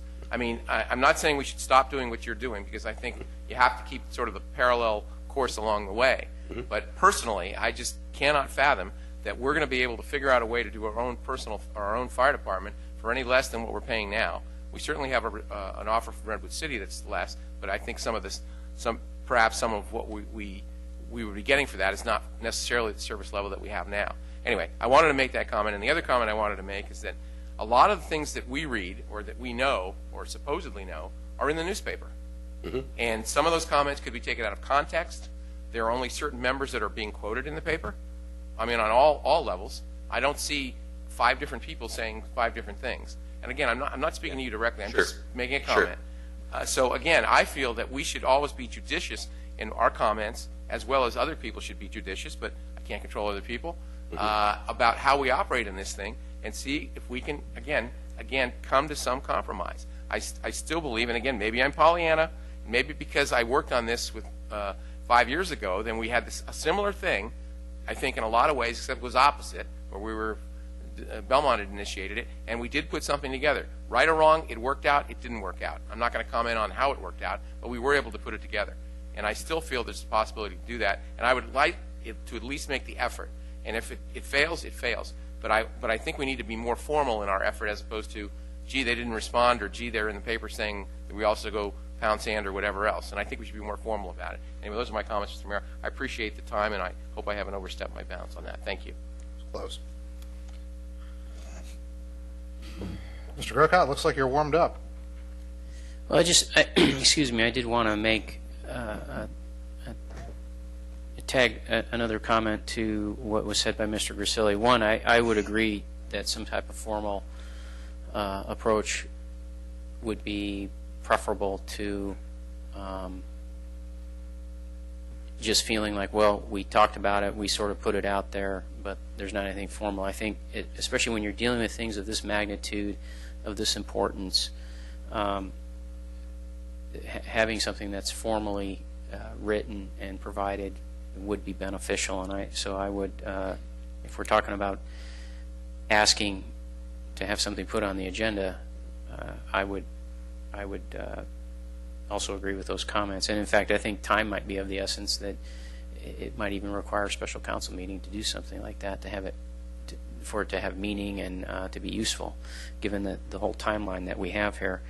But the thing also that I wanted to tag on to what Mr. Grisilli said is, it's true, there has been a lot of things in the paper, comments that have been made, and sometimes it's just, the paper's right based on who they're able to get in touch with at the time sometimes, and then things appear. And, we all know that we sometimes say things to the newspaper, and then the next morning we get up and we read what we said in the newspaper, and we say to ourselves, I wish I hadn't said that, or did I really say that, or maybe I talked too much to that reporter because I don't remember saying that. But it can be difficult sometimes, and so I would just caution all of us. This is a matter of major gravity here, major importance to our community, definitely Belmont, and really the whole region, as things may move forward at some date, and we talk about regional solutions. And so, just a caution, and especially I would say to my fellow council members, because, like Bob said, we can't control anyone. But we are a council. We need to be sure that we're speaking as a body and not as individuals, and be sending a very clear message as a council. And then the last comment that I would make on this issue is that when it comes to fire, I think we have to remember, and this isn't, I don't want this to come off as a stark criticism, but it's just a realization that when we're talking about fire service, certainly as it relates to the Belmont San Carlos Fire Department, we have 2 representatives, our fire board. But when it talks about, when we talk about anything else that has to do with fire service in the future, that's not a decision of just our fire board. That's a decision of our whole council. And so my comment earlier about speaking for the whole council, that's especially where we need to be judicious in what we say, and be sure that we're talking about things that have already been either decided here, or by action, or at least by consent, and we're sending a clear and unified message. Further comments, Mr. Royce? Through the chair? Fine. Yeah, I just have a couple. First of all, about the newspapers. Speaking as myself, I believe I've been accurately quoted by the newspapers, and they've done a pretty good job of explaining what's going on. So I don't really have anything to take back. But there is some issues that we have coming forward, and this is, I believe, the proper time since this is a report to council on fire. I would like to see more of these, and I'd like to see them get more in depth. And I've spoken to our city manager. I believe we need a timeline. We need to start bringing these things forward. Councilman Grisilli said he doesn't understand how we could have a standalone fire department for less money. The mayor and I, and it's a public document so we can talk about it, received today the city employee compensation for 2010. I look at our city employees who have been giving money back, and I feel incredibly hypocritical when they keep being asked to give back money, and then we receive something like we received today, where 7 of the members in the fire department get paid over $200,000. We don't have a single person on staff who makes over that. When we had a police chief, he made $196,000. Our fire chief got paid $258,000 last year. So there are ways to save money. It's called pension reform and salary reform, and I think we have to be serious. If we are going to ask our city staff to give back, we have to ask everybody in the labor groups to give back. It is unfair to take money from some to hand to others. And I'm tired of it. I'm tired of the hypocrisy about it. And when it said, it's read in the papers, the chief told us himself that we were told to pound sand. It's not made up. The chief said it. He said it at a public meeting. So there are ways to trim money. I believe regionalization is the future, but I believe right now it is being used to cover up a mistake. And that mistake is we have let pensions and salaries skyrocket. I believe as a town we can afford our own fire department. I believe every town can afford their own fire department, but they have to keep costs in line. And this rhetoric that's coming out, I think, is this council growing a spine and finally saying enough is enough. We're going to treat all our employees the same, and we're going to treat them all fairly, and we're not going to hold someone above someone else. If we had police officers making over $200,000 while they were here, this council would have lost their mind. I've heard council members rant and rave about police overtime, but we don't talk about it with their fire department. I'm blown away by that. I'm blown away by just the complete hypocrisy. About one side we can hold above everyone else. And this recession is affecting all of us. We all need to come to the table, and we all need to play as a team. So I believe, yes, let's have a discussion about a possible letter. Let's invite labor, and let's get serious about this, because I'm not going to sit here and continually take money from the rest of our staff to give it to others. That's just not fair, and it's not polite, and it's not the way I do business. Mr. Royce? So I don't mean to be a marriage counselor at all, and don't pretend to be perfect in relationships, but my wife and I in our marriage have a rule that never go to bed mad. And we had a situation, and by the way, we're not perfect on that because there have been a few nights, but we do have a great marriage. However, I look at the discussions that we had 6 months ago with Belmont is just that. People, it's not so much that we were mad, but they couldn't agree.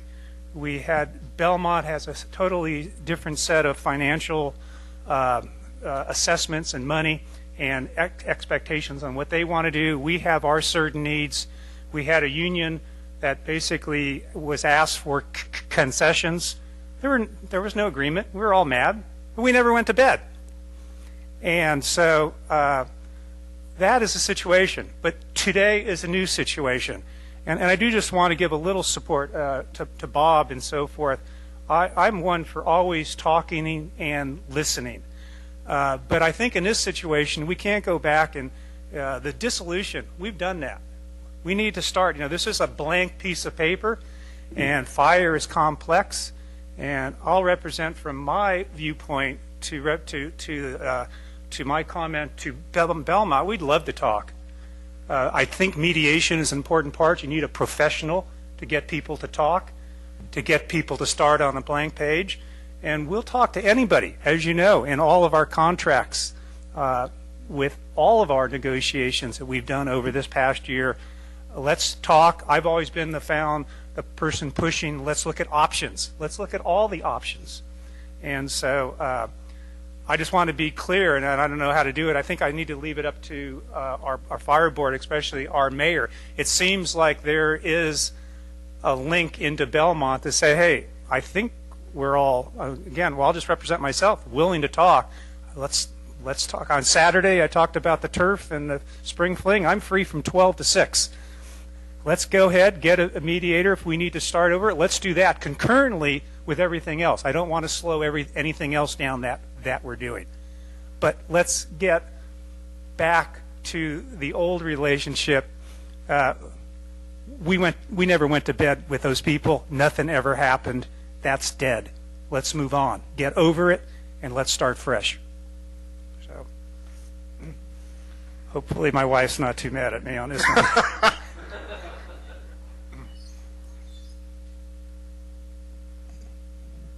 We may not have gone to bed, but I can tell you which end of the deal we got. I will leave most of my comments for later on. The request for a meeting and mediation came from the county. We agreed. We're happy to meet. The question about letters, rescinding letters, that has been asked and answered by this council. The request for future meetings and more frequent updates, we will take that under advisement. And at this point, we have a process in place where we will expect presentations in April. Well, Mr. Mayor, through the chair, could I just make one comment? Or The final one?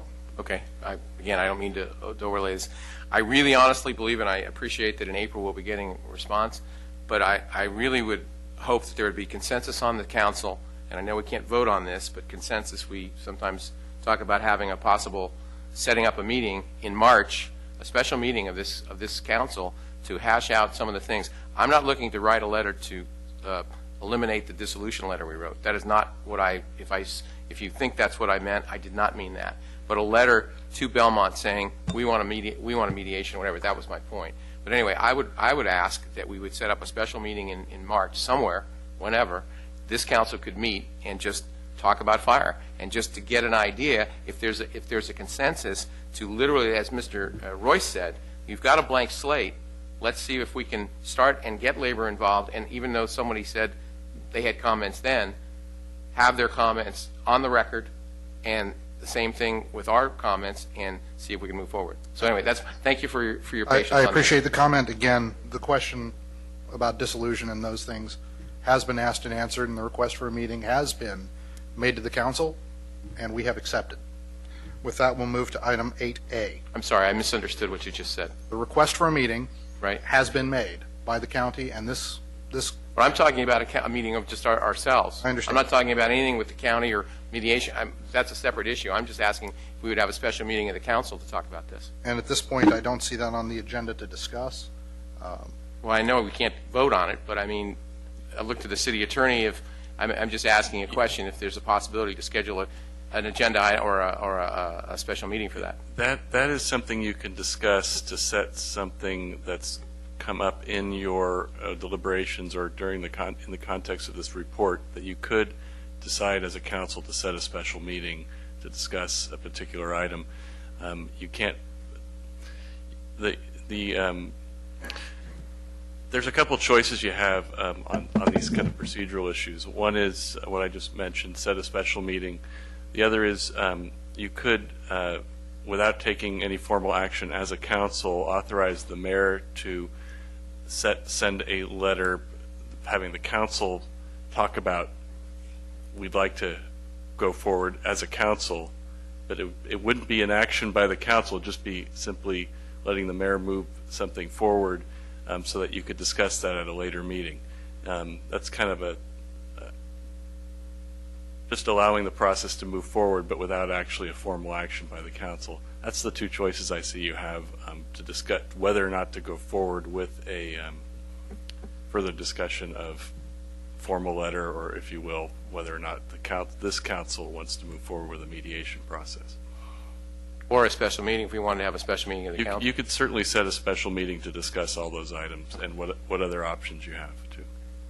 Well, it's a personal request. If there's consensus, I'd like to have it, but I defer to my fellow council members about what their ideas are.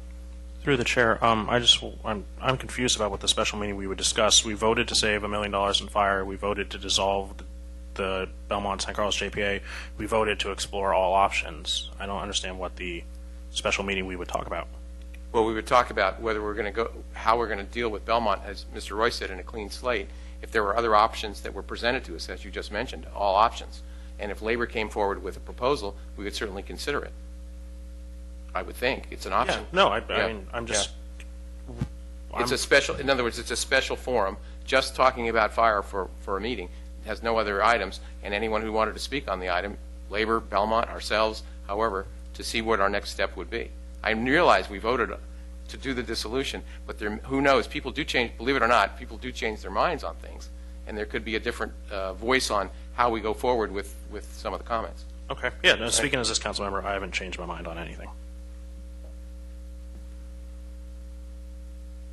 Nobody wants to have a special meeting? No, I agree with Bob, and I don't know. I don't want to put words in Randy's mouth, but I thought I heard him say that, if folks want to get together and discuss things, he's willing, but I'll let him speak for it. Yeah, just to clarify, my recommendation was to promote mediation, to get the professional involved, not for us to get amongst ourselves and talk more about fire. I think that Mr. Klein is quite clear. It's quite clear what our objectives are.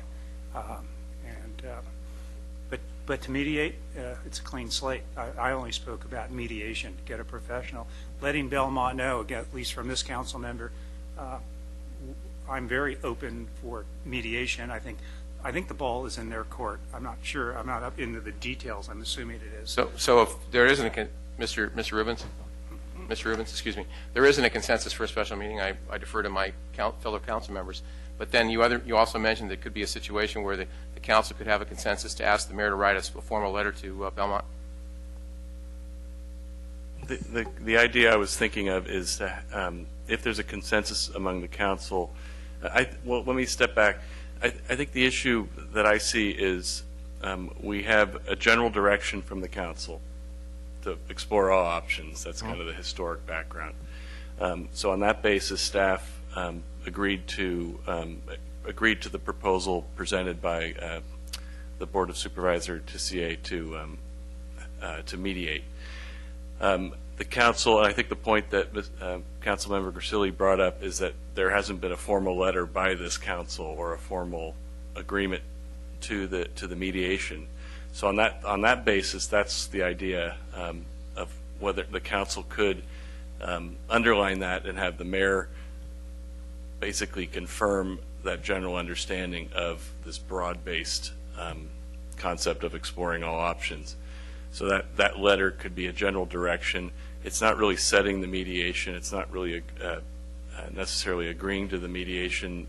As a council, you'd have to do that at a future meeting, but it would enable you to keep the ball rolling, so to speak, of putting it out there based upon this broad acceptance of exploring all options. So, we are on a report item tonight. You could have a special meeting, as you've discussed. You could go forward with at least putting it out there that the council, through the mayor, would like to explore this concept of mediation, and you could also have a more broad-based meeting to discuss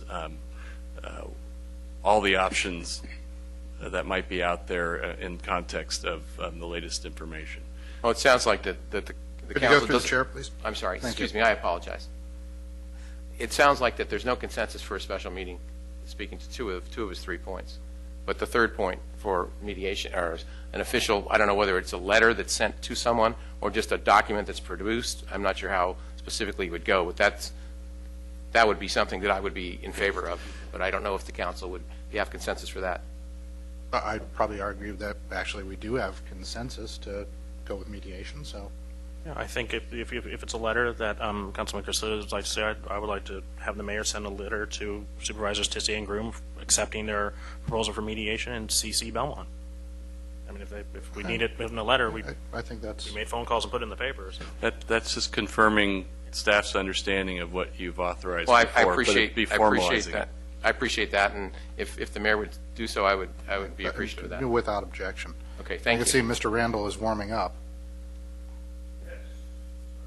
Mr. Randall, why don't you go ahead and step forward and make your comments?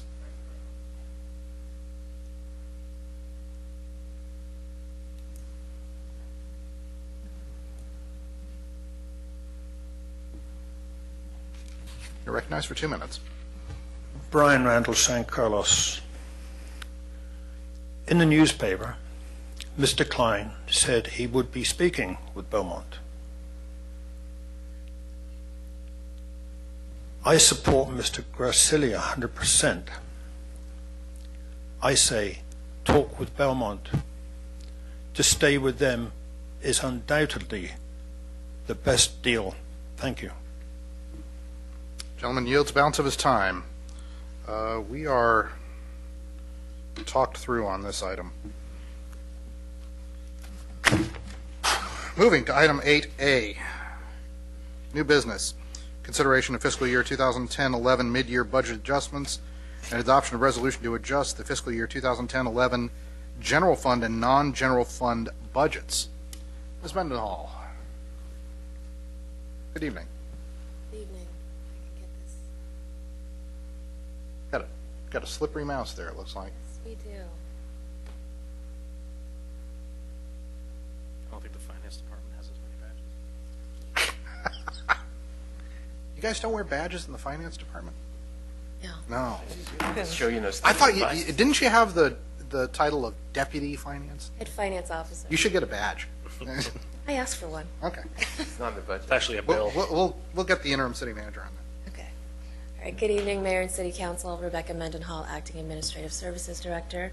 Tonight for your consideration is a brief report on the status of the fiscal year 2010-11 budget and a recommendation for Council to adopt a resolution to adjust the appropriation levels for general and storm fund expenditures.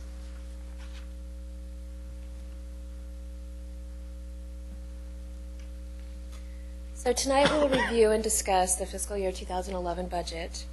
We're recommending transfer of $496,000 of police salaries and benefits into operating. Please know there's no additional costs related with this. The fiscal year 2011 budget assumed a transition date of November 30th. Since the transition happened 1 month sooner, this request is to transfer the budget to better reflect the actual spending.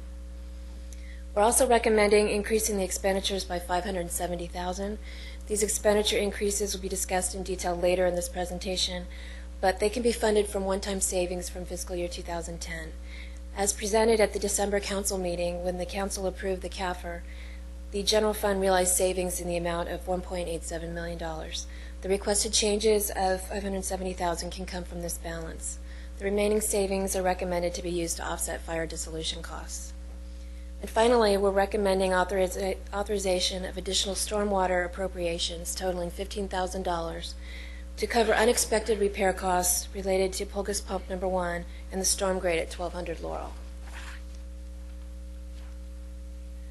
So very quickly, looking back at the 2011 budget process, we had a $3.3 million deficit that we substantially addressed by freezing the fire budget, reducing salaries and benefits citywide, implementing the Y2 cuts, which eliminated parks and recreation programs, specifically Healthy Cities and Special Needs. We laid off 4.5 full-time staff. We cut planning contract hours, and we also outsourced payroll. In addition to that, we've outsourced parks maintenance, and we've outsourced the police department to the sheriff. So now for some actual good news. Our revenues are projected to be higher this year by approximately $2.3 million. The details will be discussed over the next few slides, but the majority of this increase is related to the property sale to In-N-Out Burger in the amount of $1.5 million. Let's take a look at the details. Property taxes are expected to be higher due to slight increases in the tax rolls and the unsecured rolls, as well as the triple flip payment, which is basically a sales tax backfill. Sales taxes are projected to be higher due to the economic recovery and one-time sales tax gains from some of the businesses in the community. Some of the businesses have experienced above average quarters, and therefore the city has also benefited from these. And use of money and property, the revenue is projected to be higher than budget, primarily due to the property sale to In-N-Out Burger of $1.5 million. As you may recall, these proceeds were loaned to the RDA, so they're not available for general fund spending. Charges for current services, these include fees charged by all departments, including plan checks, zoning, recreation classes, and burglar alarms. These fees are related to volume and can vary greatly from year to year. This year, charges for current services are projected to be lower due to reductions in park and recreation classes and athletics. However, from other agencies, which is money received from grants, this revenue is projected to be higher. and this is directly related to the Parks and Recreation Department. They've received $50,000 from the Sequoia Healthcare District for health and nutrition programs, as well as $25,000 from the county to fund the homework lab. Licenses and permits, these relate to construction permits, building, plumbing, mechanical, electrical, and this revenue also fluctuates from year to year based on volumes. This year we've seen a general increase in some of the construction activity in town. So, moving on to expenditures. As noted in the report, staff has requested additional appropriations of $570,000 to meet the projected expenditures this year.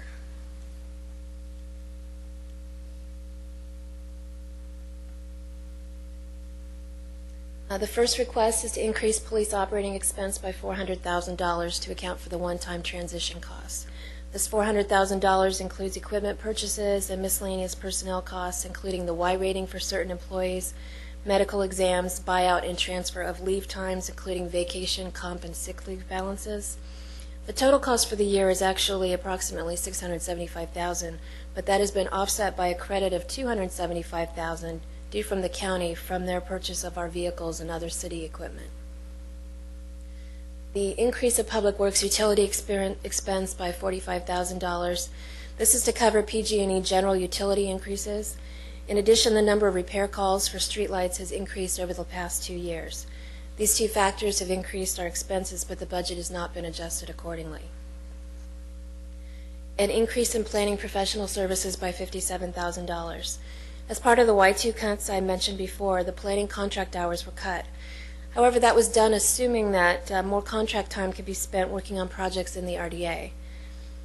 Over the past year, several factors have prohibited this from occurring. These factors include a large project at 665 Prospect, telecommunications ordinances, and a general increase in customer needs at the counter that have all required senior-level expertise best provided by our consulting firm. Increase the City Council professional services by $23,000 for the city manager recruitment. Although the contract was adopted or was approved in October, the budget has not yet been amended, so this will make that change. And finally, increase the city manager professional services by $45,000 for fire dissolution services. Given the delays in the RFP process for fire service options, staff is expecting the legal and professional services costs to increase over the next few months.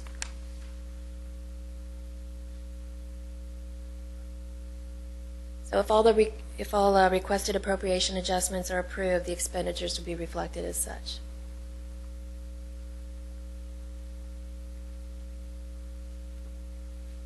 In summary, although revenues are projected to be higher, the majority of this increase is from the property sale to In-N-Out Burger.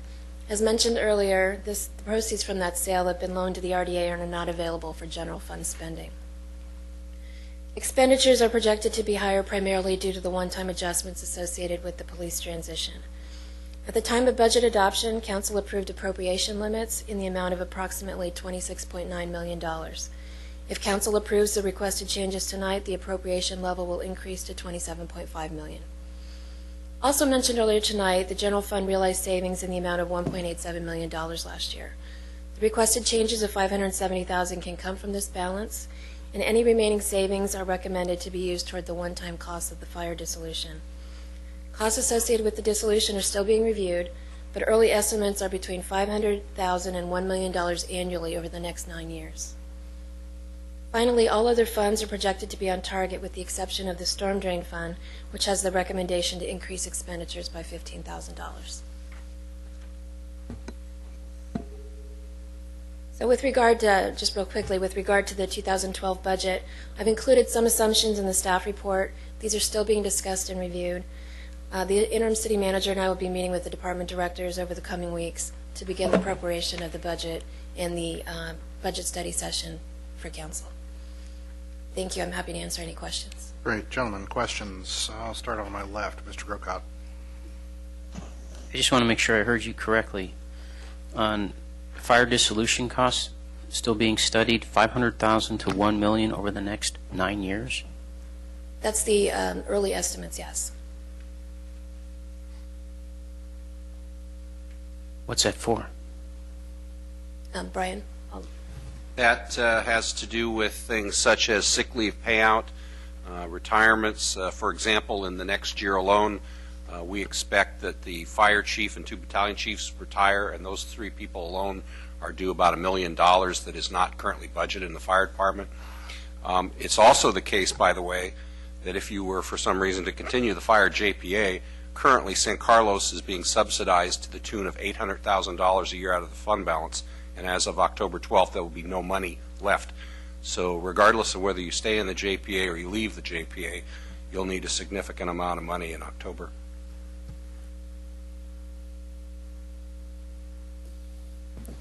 Further questions?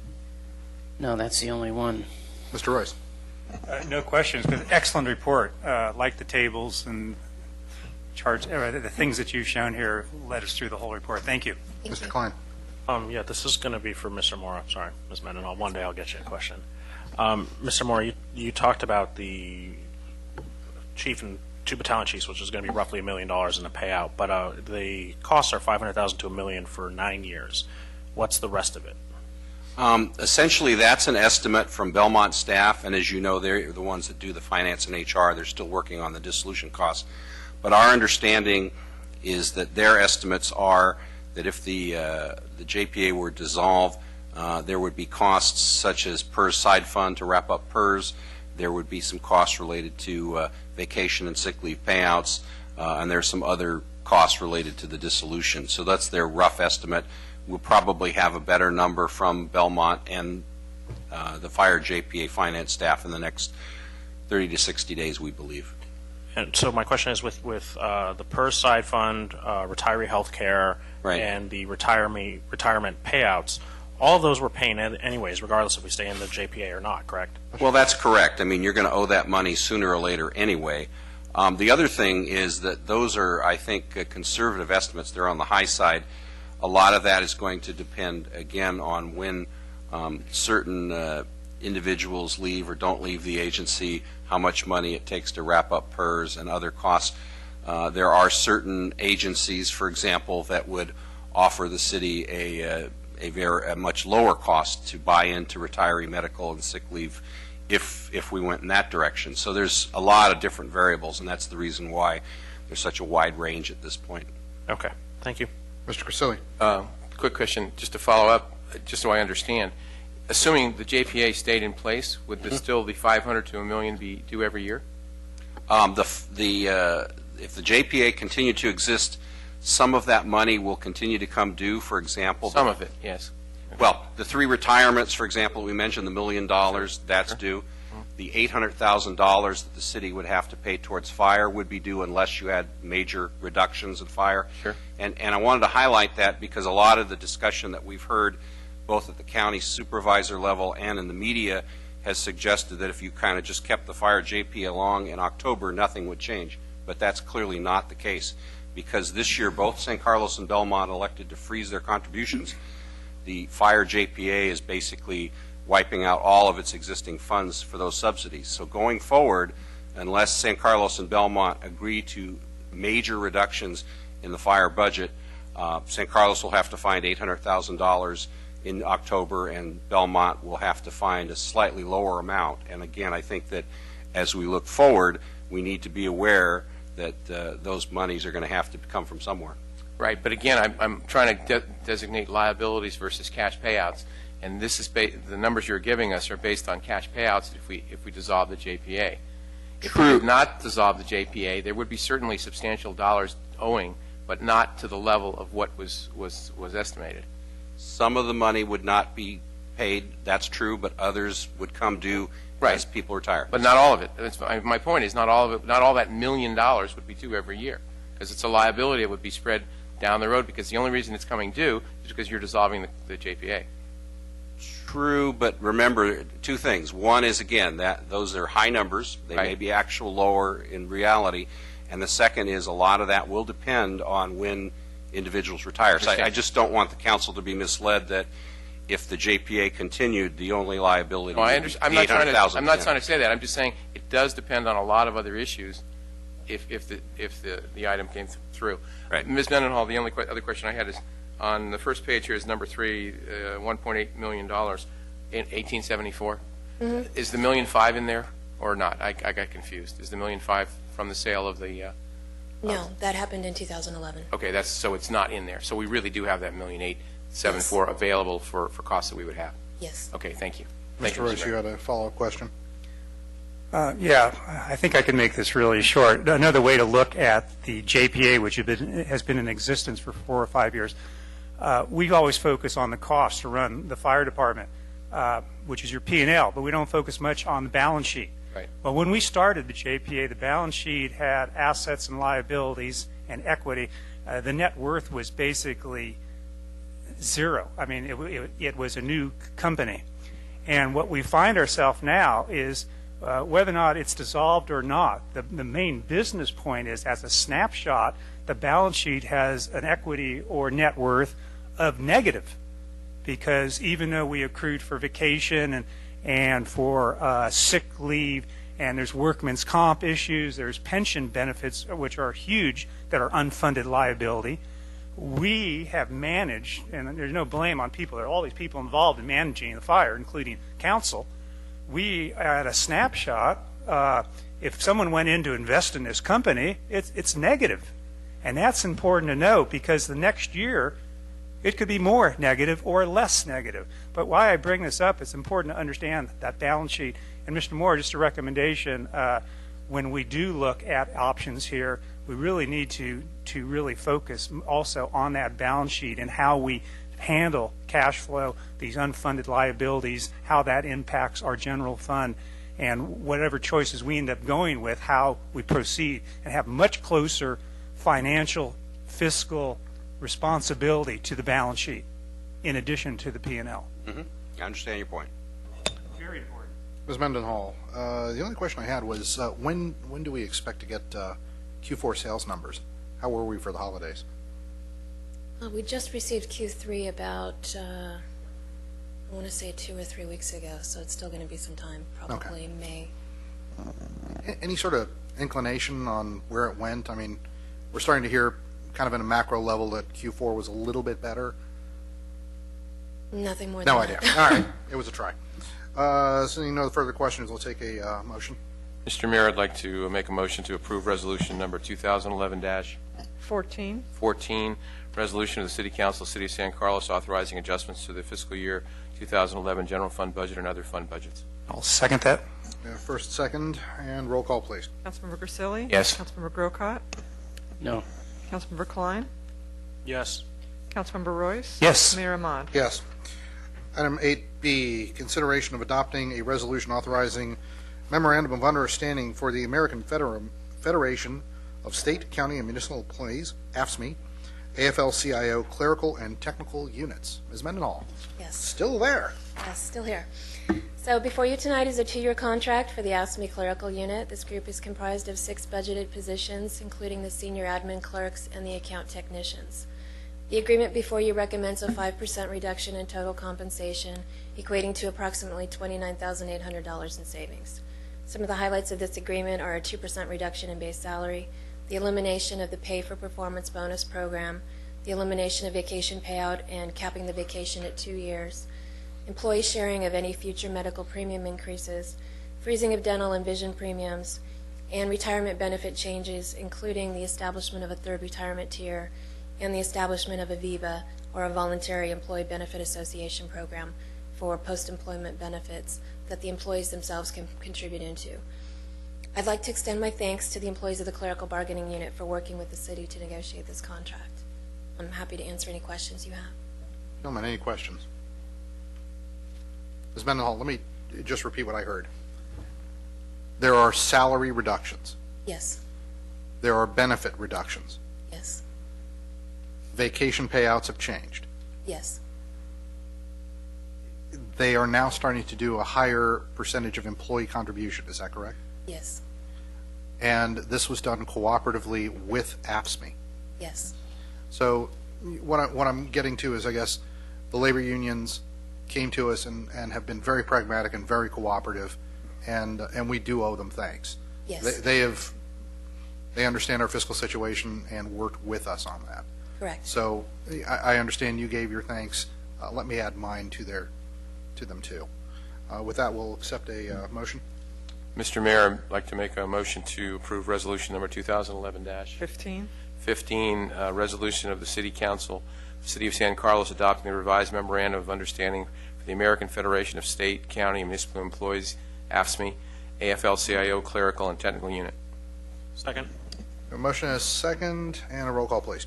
Councilmember Grisilli? Yes. Councilmember Grocott? Yes. Councilmember Klein? Yes. Councilmember Royce? Yes. Mayor Ahmad?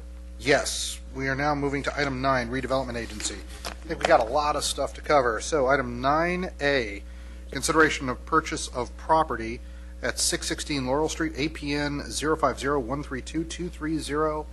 Mr. Sawicki, good evening. Good evening, Honorable Chairman and members of the agency board. I'm Mark Sawicki, Economic Development and Housing Manager. Staff is recommending your adoption of a resolution authorizing the Executive Director to execute an agreement for purchase and sale of the property at 616 Laurel Street, the former location of Foodville. This property is adjacent to Wheeler Plaza, the city-owned downtown surface parking lot. The agency previously acquired 3 properties adjacent to Wheeler, including the Oriental Rug and Furniture Store in December. Redevelopment of the parking lot has been a priority of the city and agency for several years. In January 2009, the developer Silverstone Communities was selected to work with the city and agency to prepare a site plan that would replace and potentially expand the public parking available at the site, improve the retail space, and provide for new residential units close to transit. This project would add further vibrancy to the downtown. This property the agency seeks to acquire would allow for a site design that is better integrated with Laurel Street, providing pedestrian connections to a new parking structure at the site and an opportunity to create more gathering space for the community. If we successfully purchase the property, we will ask Silverstone to produce the site plans for the community to provide feedback that would include this property. Property owners have agreed to sell the site for $2.2 million. Based on appraisals, market information, and advice of our redevelopment consultant, we believe this represents a fair price. Both the sellers and the agency are seeking a quick close of escrow. The agreement calls for the agency to accept the condition of title within 10 days and condition of the property within 20 days or terminate the agreement. This concludes my report, but I would be happy to answer any questions you might have.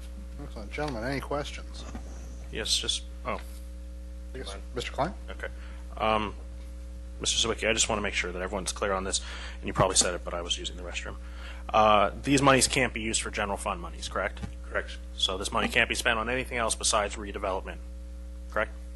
Correct. Okay. It's Just want redevelopment to make sure that's out, because sometimes the public doesn't understand that. They see that our general fund is struggling, and then we go and spend $2.2 million, and then why would you spend it there instead of here? We don't have a choice. Correct. Okay. That's it. Mr. Sawicki, this is the old Foodville site, Yes. and this is theoretically, so we purchased the, I want to say the furniture store, carpet store, and the city owns actually a number of buildings along that block, correct? Yes, the city also owns the building that contains 5 tenants at the corner of Walnut and San Carlos, as well as the residential building at 657 Walnut, just And- south of the Correct, and this acquisition makes a really attractive space that we can start to look at doing some redevelopment and putting in public amenities and a number of other things. That's terrific. Mr. Grocott? We're acting right now as the RDA, so I guess speaking as a, what are we called, directors? We're directors. A comment I've made before as a council member is under this item, fiscal implications, and I don't know if, I don't see Robert Weil here, but I've said to his reports a couple of times, it would be nice to have a bit of a balance sheet that shows us we're spending $2.2 million, as it says, in agency bond proceeds. Whenever I write a check to do anything, I do that little thing, or Quicken does it for me. This doesn't do it for me. What do we have left? What's the balance sheet? We have $12 million in non-housing funds currently. And that's what this is coming out of? Yes. So after this happens, we'll have 9.8 or something like that. Is that correct? Okay, so we're still in the green in that fund. Okay, thank you. Gentlemen, we'll look for a motion. Okay, I guess it's me again. I'd like to make a motion, agency resolution number RDA-183, 183. resolution of the San Carlos Redevelopment Agency approving the purchase of real property at 616 Laurel Street, San Carlos, APN 050-132-230, pursuant to an agreement for purchase and sale of real property and authorizing the executive director to execute the agreement, take other actions necessary to effectuate the purchase. Second. We have a motion and a second. Roll call, please. Director Grisilli? Yes. Director Grocott? Yes. Director Klein? Yes. Director Royce? Yes. Chair Ahmad? Yes, and Mr. Sawicki, Mr. Savay, congratulations. I know that you guys have worked your tails off on this, and thank you for all the hard work you did. Item 9B, public hearing to consider a ground lease by and between the city and the redevelopment agency for real property located at 1245 San Carlos Avenue, 1249 through 1265 San Carlos Avenue, 657 Walnut Street, and 616 Laurel Streets, APNs 050-132-180, 050-132-170, 050-132-140, and 050-132-230, respectively. Mr. Sawicki, you better make a good report on this one, because I just read a lot. Thank you again, Honorable Mayor and Chairman. Mark Sawicki, Economic Development and Housing Manager. Staff is recommending that you conduct a public hearing and adopt resolutions of both the council and the agency board authorizing the city manager and executive director to execute a ground lease agreement by and between the city and agency for 4 agency-owned properties adjacent to Wheeler Plaza. The agreement also includes an option to purchase by the city and contemplates that the city will continue negotiations with Silverstone Communities to pursue redevelopment of the site. This action is being driven by the prospect that urgency legislation may soon be adopted by the state of California that would preclude the use of redevelopment funds and prohibit the agency from entering into new contractual agreements. Such legislation could be introduced and adopted before the next council agency meeting. While staff has made great progress on site planning and negotiations with the developer, we are not in a position to recommend entering into a contractual agreement for development or transfer of property to a third party, especially without a community vetting process. In order to protect the investments made on this valuable project, Redevelopment Council has prepared this ground lease agreement as a contractual obligation intended to survive the potential shutdown of the agency. This action is similar to actions being taken by redevelopment agencies all across the state, including those in neighboring cities San Mateo, Foster City, and Menlo Park. No project is being approved at this time. This agreement is transferring rights, obligations, and funding assistance from the agency to the city so that the community can take the proper time to determine the merits of a potential project and conduct any environmental review.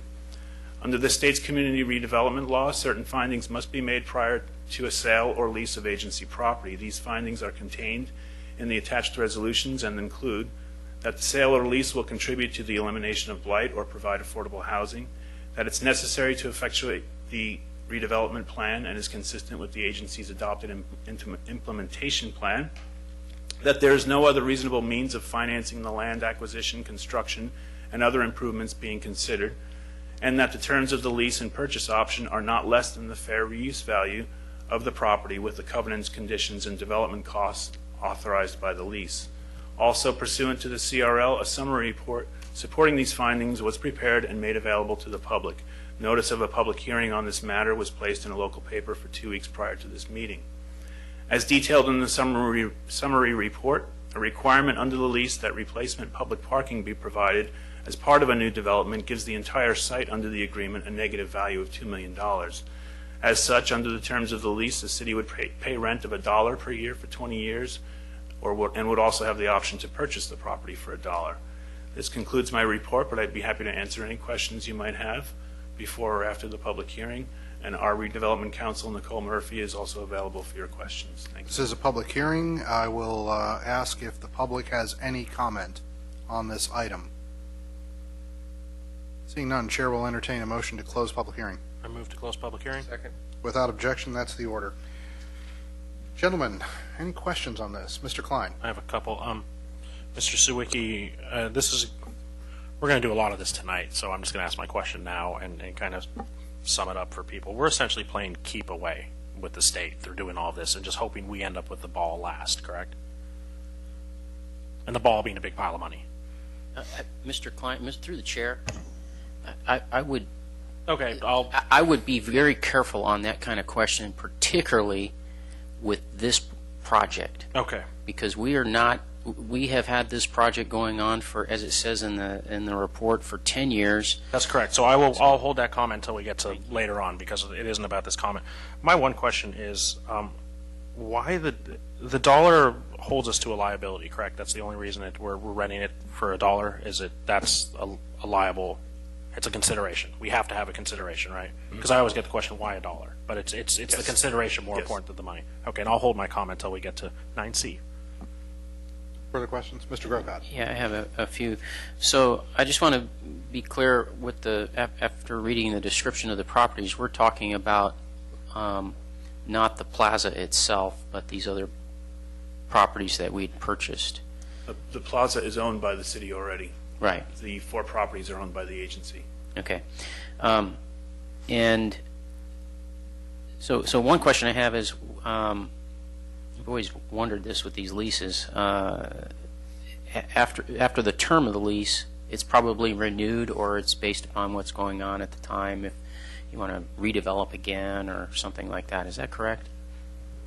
The assumption we're making is that the project is going to get redeveloped, and that the city would, if the agency didn't exist, or the city would purchase it for $1. So the city would become the owner, or at least of the public parking structure. As contemplated, there may be residential condominiums. They would be sold. The retail portion of the project would probably be another owner, and the city would end up owning the parking structure. But this is a ground lease, right? Correct. So let's take, for instance, where the furniture store is, which is included in the number of parcels here. So let's say where the furniture store is, there ends up being a building. In fact, I think one rendition we saw early on, before all these properties were, the one we purchased just tonight, before that one was purchased, it did show a building of some kind sitting where the furniture store currently is. So you have a building there, you have a lease, a ground lease. At the end of the years that ground lease is applicable for, what happens? It's a long-term ground lease for the sake of having a long-term lease. I think the idea here is that this lease is really just meant to cover us for a period so that the development project can be done. Okay. The city is basically stepping into the shoes of the agency to get the project done. If the project were to move forward, there would probably be some transaction with the developer where they would take title of the property. So the ground lease would go away. Okay, gotcha. And then the only other thing I had a question on is the possibility of first let me look at page 1 of the ground lease. I'm looking at, is this an attachment? Let me see. Yeah, well, the ground lease doesn't, attachment 1. Yeah, it is an attachment. So I'm looking at attachment 1, the ground lease, page 1. And it says, under overview of the project, the purpose of this lease is to effectuate the redevelopment plan, so on and so forth. And maybe I'm looking at Mr. Rubens on this as well, and what does that word effectuate mean? And here's why I'm asking, is I would not want us to have language in here that gives imagery or perception to the public that we've already made a decision, we're going forward. And in fact, when I read the first part of the staff report, page 1, under fiscal implications, it too has some language that to me is rather incorrect, because it says there that the city-owned Wheeler Plaza parking lot, which is to be developed with a proposed mixed-use project, as though we've already decided it's going to happen. There's no turning back, and it hasn't. I mean, as you said in your report, I think verbally, we've got a public vetting process going on that will happen, and so forth. You know, all this hasn't been predetermined. So that's where I'm going with that question, and particularly with this ground lease thing. It's one thing for it to be in the staff report. It's another thing for it to be in the ground lease. That is correct. The project itself has not been approved. This is an agreement to move forward with the concept of the project, to continue. We have an exclusive negotiation agreement with the developer to pursue this development. It's something we have been working on. It's something that we intend to continue working on. But until there is a site plan, until there are deal terms, there is nothing for you to approve at this time. So may I ask the city attorney then, the word effectuate, can you, legally, what does that mean? Well, I think that what I think that purpose sentence is trying to do is trying to inform that this is about consolidating the parcels to enable the development to happen should the council ultimately decide to do that. In order for that to happen as it's conceived through the with our exclusive negotiating agreement, I think it was always contemplated that other parcels, including the parcels that the city has owned previously, would become part of that project. Mm-hmm. So this ground lease, I think, is just recognizing that this is part of a consolidation of the properties to enable that project to happen in the future. It's not, okay. You're not really deciding what the project is, the environmental review, all the other things that have to happen in the future hasn't been decided yet. Okay, so the word effectuate. It's a predicate really to okay, that. So in the ground lease, that kind of language is okay. I would just, a word of caution when you write these staff reports. That's a pretty emphatic statement that it is to be developed. May be developed might be a better way to phrase that. But anyways, okay, those were my questions. Thank you very much. Mr. Royce? Questions? That's about it. I guess we're looking for a motion. Make a motion here. I'll change Woohoo. the voice. Go. Agency resolution number RDA 184.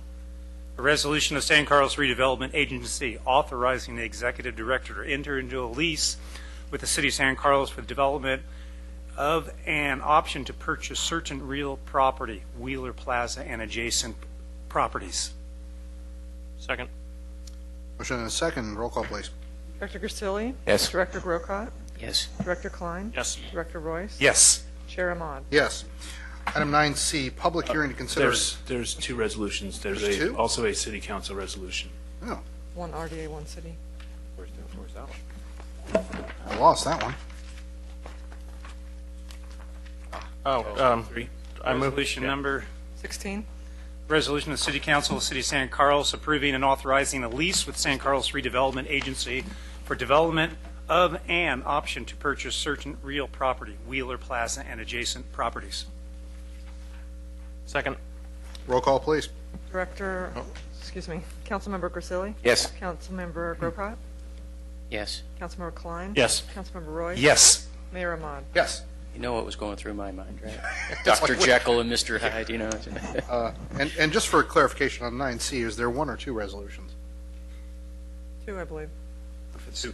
One for the city, one for the RDA. Great. All right. Item 9C is a public hearing to consider a ground lease by and between the city and the agency for real property located at 817 Walnut Street, APM 050-163-090. Mr. Sawicki. Thank you again, Honorable Mayor and Chair. Mark Sawicki, Economic Development and Housing Manager. Staff is recommending you conduct a public hearing and adopt resolutions of the Council and Agency Board authorizing the City Manager and Executive Director to execute a ground lease agreement by and between the City and the agency for the property at 817 Walnut adjacent to South Plaza. The agreement also includes an option to purchase by the City and contemplates that the City would continue to pursue affordable housing development opportunities at the site as have previously been considered from time to time. This action, again, is being driven by the prospect that urgency legislation may soon be adopted by the state that would preclude the use of redevelopment funds and prohibit the agency from entering into new contractual agreements. Such legislation could be introduced before the council meets again. The 817 Walnut property was acquired almost 10 years ago with the prospect of assembly and redevelopment with South Plaza. While staff has been approached by affordable housing developers previously with concepts for redevelopment at this site, there is no plan to move forward at this time. However, in order to protect this housing fund asset in the interim, Redevelopment Council has prepared this ground lease agreement as a contractual obligation intended to survive the potential shutdown of the agency. Under the state's community redevelopment law, certain findings must be made prior to the sale or lease of agency property. These findings are contained in the attached resolutions and include that the sale or lease will contribute to the elimination of blight or provide affordable housing, that it's necessary to effectuate the redevelopment plan and is consistent with the agency's adopted implementation plan, that there is no other reasonable means of financing the acquisition, construction, or other improvements being considered, that the terms of the lease and purchase option are not less than the fair use value of the property with the covenants, conditions, and development costs authorized. Also pursuant to CRL, a summary report supporting these findings was prepared and made available to the public. Notice of public hearing on this matter was placed in the local paper for 2 weeks prior to the meeting. As detailed in the summary report, under the terms of the lease, the city would pay rent of $1 per year for 20 years and would have the option to purchase the property for $1. The agency is permitted under CRL to exercise any or all of its powers for the construction of affordable housing, including the donation of real property to private or public entities and the provision of subsidies. The lease rate and option to purchase will convey the housing property at less than fair market value to assist in with the development of affordable housing, and it's therefore consistent with redevelopment law. This concludes my report, and I would be happy to answer questions. Again, Redevelopment Counsel Nicole Murphy is also available for your questions. This is a public hearing. I have no public comment cards. Does any member of the public care to comment on this item? Move to close the public hearing. Second. Without objection, that'll be the order. Gentlemen, M9C in front of us. Any questions? Mr. Grocott. I have gone first for a while. I was just there for a while, so. Okay. Mr. Zawicki, I know where this property is. I've been on the council long enough to know almost the whole history on this. I think it's been at least proven to me that doing anything here is like trying to put a square peg in a round hole. However, I want to be careful on how I vote on this because I want to understand what's happening here. And so I guess the best way to ask the question is in light of the environment we're in, and I think you know what I mean by that comment, what would happen if we didn't do this? What becomes of this property if we did nothing and the governor and the legislature have their way? Under the current draft legislation that we've seen, well, the governor's original proposal was that all housing money and housing assets would go to the local housing authority, in our case, the San Mateo County Housing Authority. There's another item on your agenda to create a local housing authority, a San Carlos Housing Authority, so we can retain that local control. This property could potentially be either sold and the proceeds given to the housing authority or the asset itself given to the housing authority. It's not very clear. We just wanted to be able to protect it until we decide exactly what we want to do with it. So it's, excuse me if I may interrupt, if what you're saying is if things happened in Sacramento and we did nothing, we could lose the property? Possibly. To the county housing authority? Yes. Interesting. All right. Mr. Royce? Questions? Mr. Grisilli? Mr. Klein? I'm going to wait till 9:00. Okay. You want a motion? We'd like a motion. Okay, two motions. First is City Council Resolution Number 17.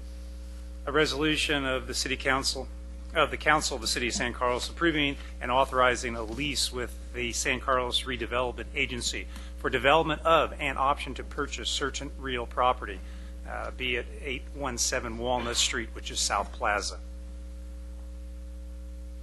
So, second. Oh, is there a second? Okay, go ahead. Is there a need for discussion?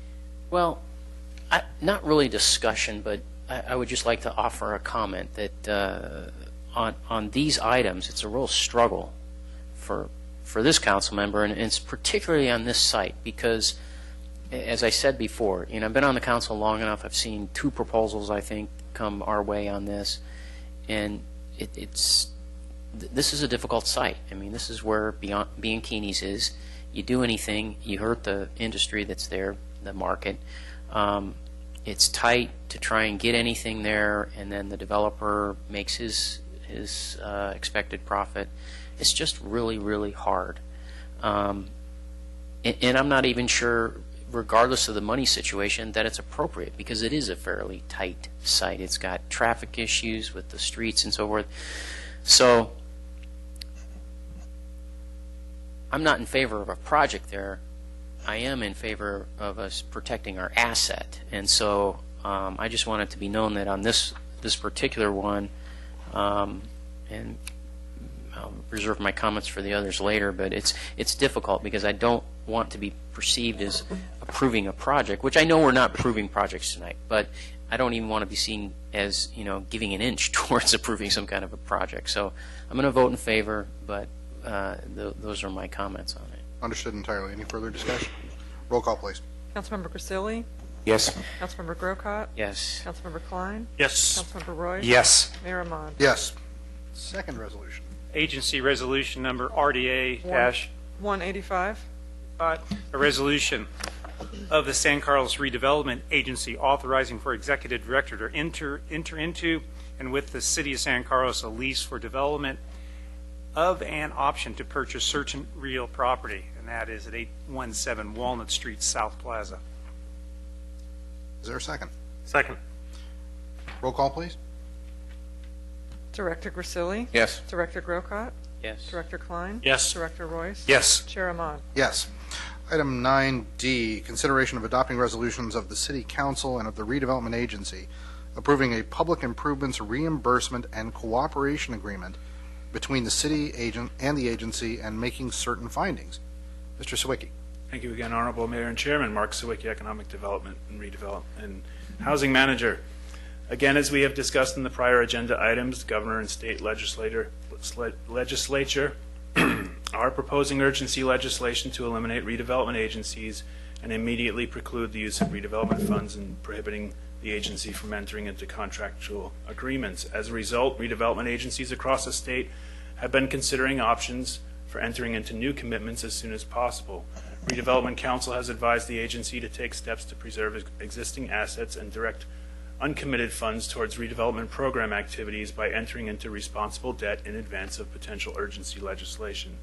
The most reasonable and efficient plan is to create a public improvements reimbursement and cooperation agreement that authorizes the agency to advance funds to the city to complete all of the previously identified but incomplete projects and economic development initiatives under the agency's 5-year implementation plan and the city's capital improvement projects budget for RDA Fund 83.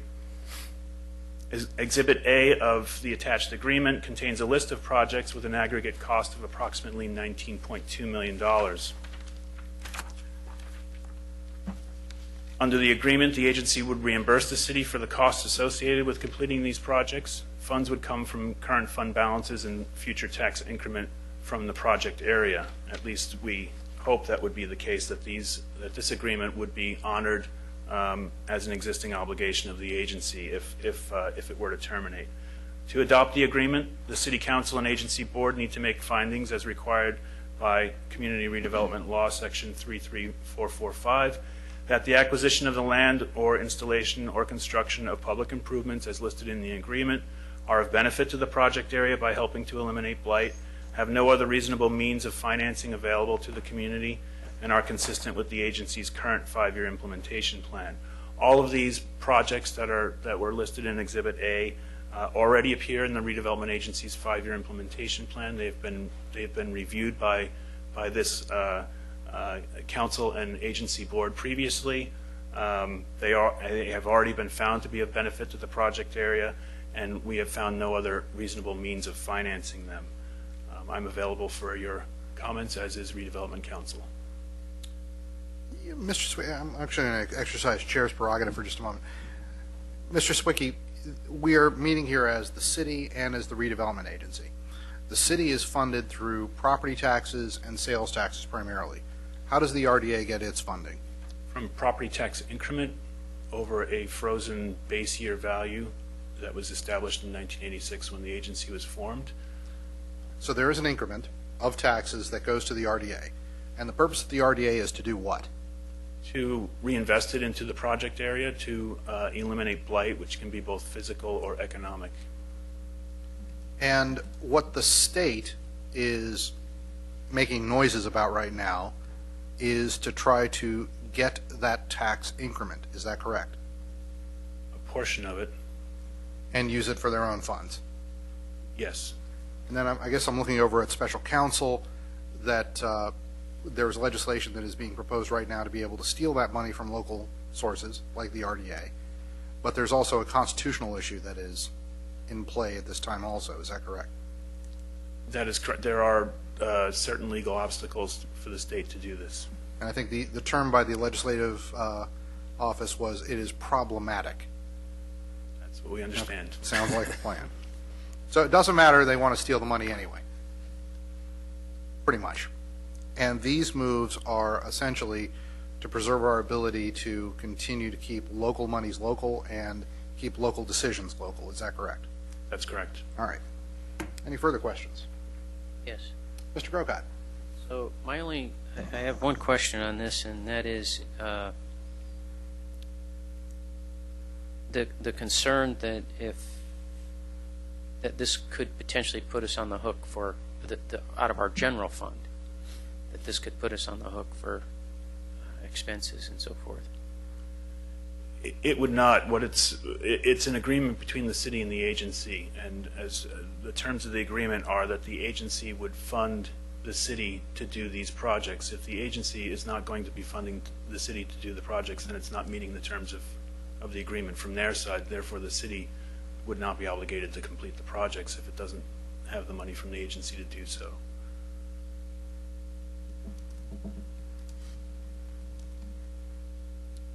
Okay. No further questions?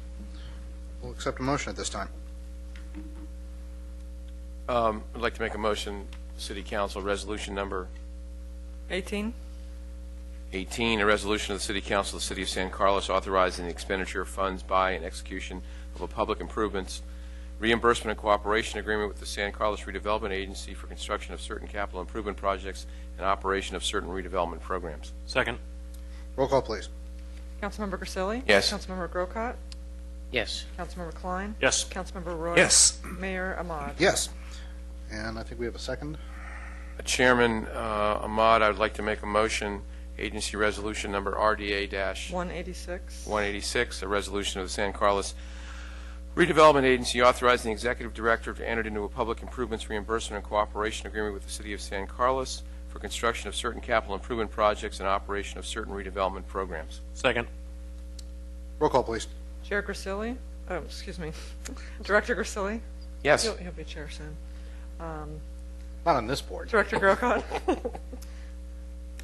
We're on still D, right? Yes. Yeah. Yes. Director Klein? Yes. Director Royce? Yes. Chair Ahmad? Yes. Item 9E, consideration of adopting a resolution of the City Council approving formation of a housing authority and making certain findings. We are meeting as the City Council on this piece, correct? Correct. Yep. Thank you again, Honorable Mayor Mark Sawicki, Economic Development and Housing Manager. Staff is recommending that you adopt a resolution approving formation of a housing authority to continue the projects and activities that the redevelopment agency otherwise would have carried out with its restricted low and moderate income housing fund. Under the original proposal by the governor, if redevelopment were to be eliminated, all uncommitted housing funds would be transferred to the local housing authority. Currently, that would be the San Mateo County Housing Authority. In order to retain control over those locally generated housing funds, Redevelopment Council advised us to form our own housing authority. Recent drafts of urgency legislation indicate that the city may be given the authority to retain local control of the housing funds without the housing authority being established. However, to be prudent, we advise continuing with this action as presented, since we really don't know what legislation may pass, if any. Under the Health and Safety Code, Council can authorize a housing authority where either unsafe or unsanitary dwelling accommodations exist, or there is a shortage of safe or sanitary dwelling units available to low-income households. There are several factors taken into consideration with this finding, including the degree of overcrowding. As documented in our recent housing element update, the U.S. Census found that 171 households in San Carlos were considered overcrowded and 116 severely overcrowded. In addition, the Regional Housing Needs Assessment indicates a need to accommodate 351 households in the extremely low, very low, low, and moderate income categories in San Carlos.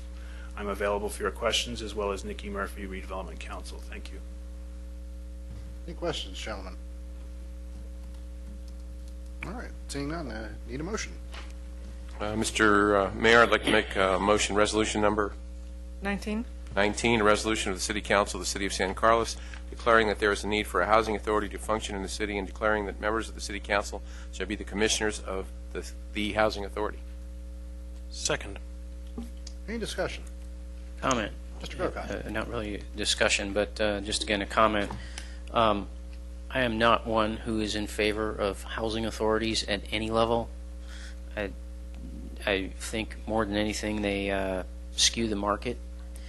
I've said that before from the dais. However, just to clarify my vote, if we're going to, this is not talking about eliminating a housing authority at any level. It's talking about what's going on at the state, and so the potentiality of us having local control of a housing authority versus the county, I suppose, is the way I look at it. So I'll vote in favor, but I'm not really in favor of housing authorities, and I just wanted to be clear on that on my vote. Thank you. I appreciate that clarification. Roll call, please. Councilmember Grisilli? Yes. Councilmember Grocott? Yes. Councilmember Klein? Yes. Councilmember Roy? Yes. Mayor Ahmad? Yes, and prior to adjournment, would like to remind everybody that the State of the City address will be on March 3rd, 5:30 p.m. at the Hiller Aviation Museum, and our next scheduled meeting is March 14th here. Mr. Klein, do you have? I just want to announce I will not be in attendance at that meeting, so don't be surprised if my seat's empty. So there. I'll also ask Mr. Grisilli to hang out for just a few moments as we do the mayor's wrap-up. With that, we are adjourned.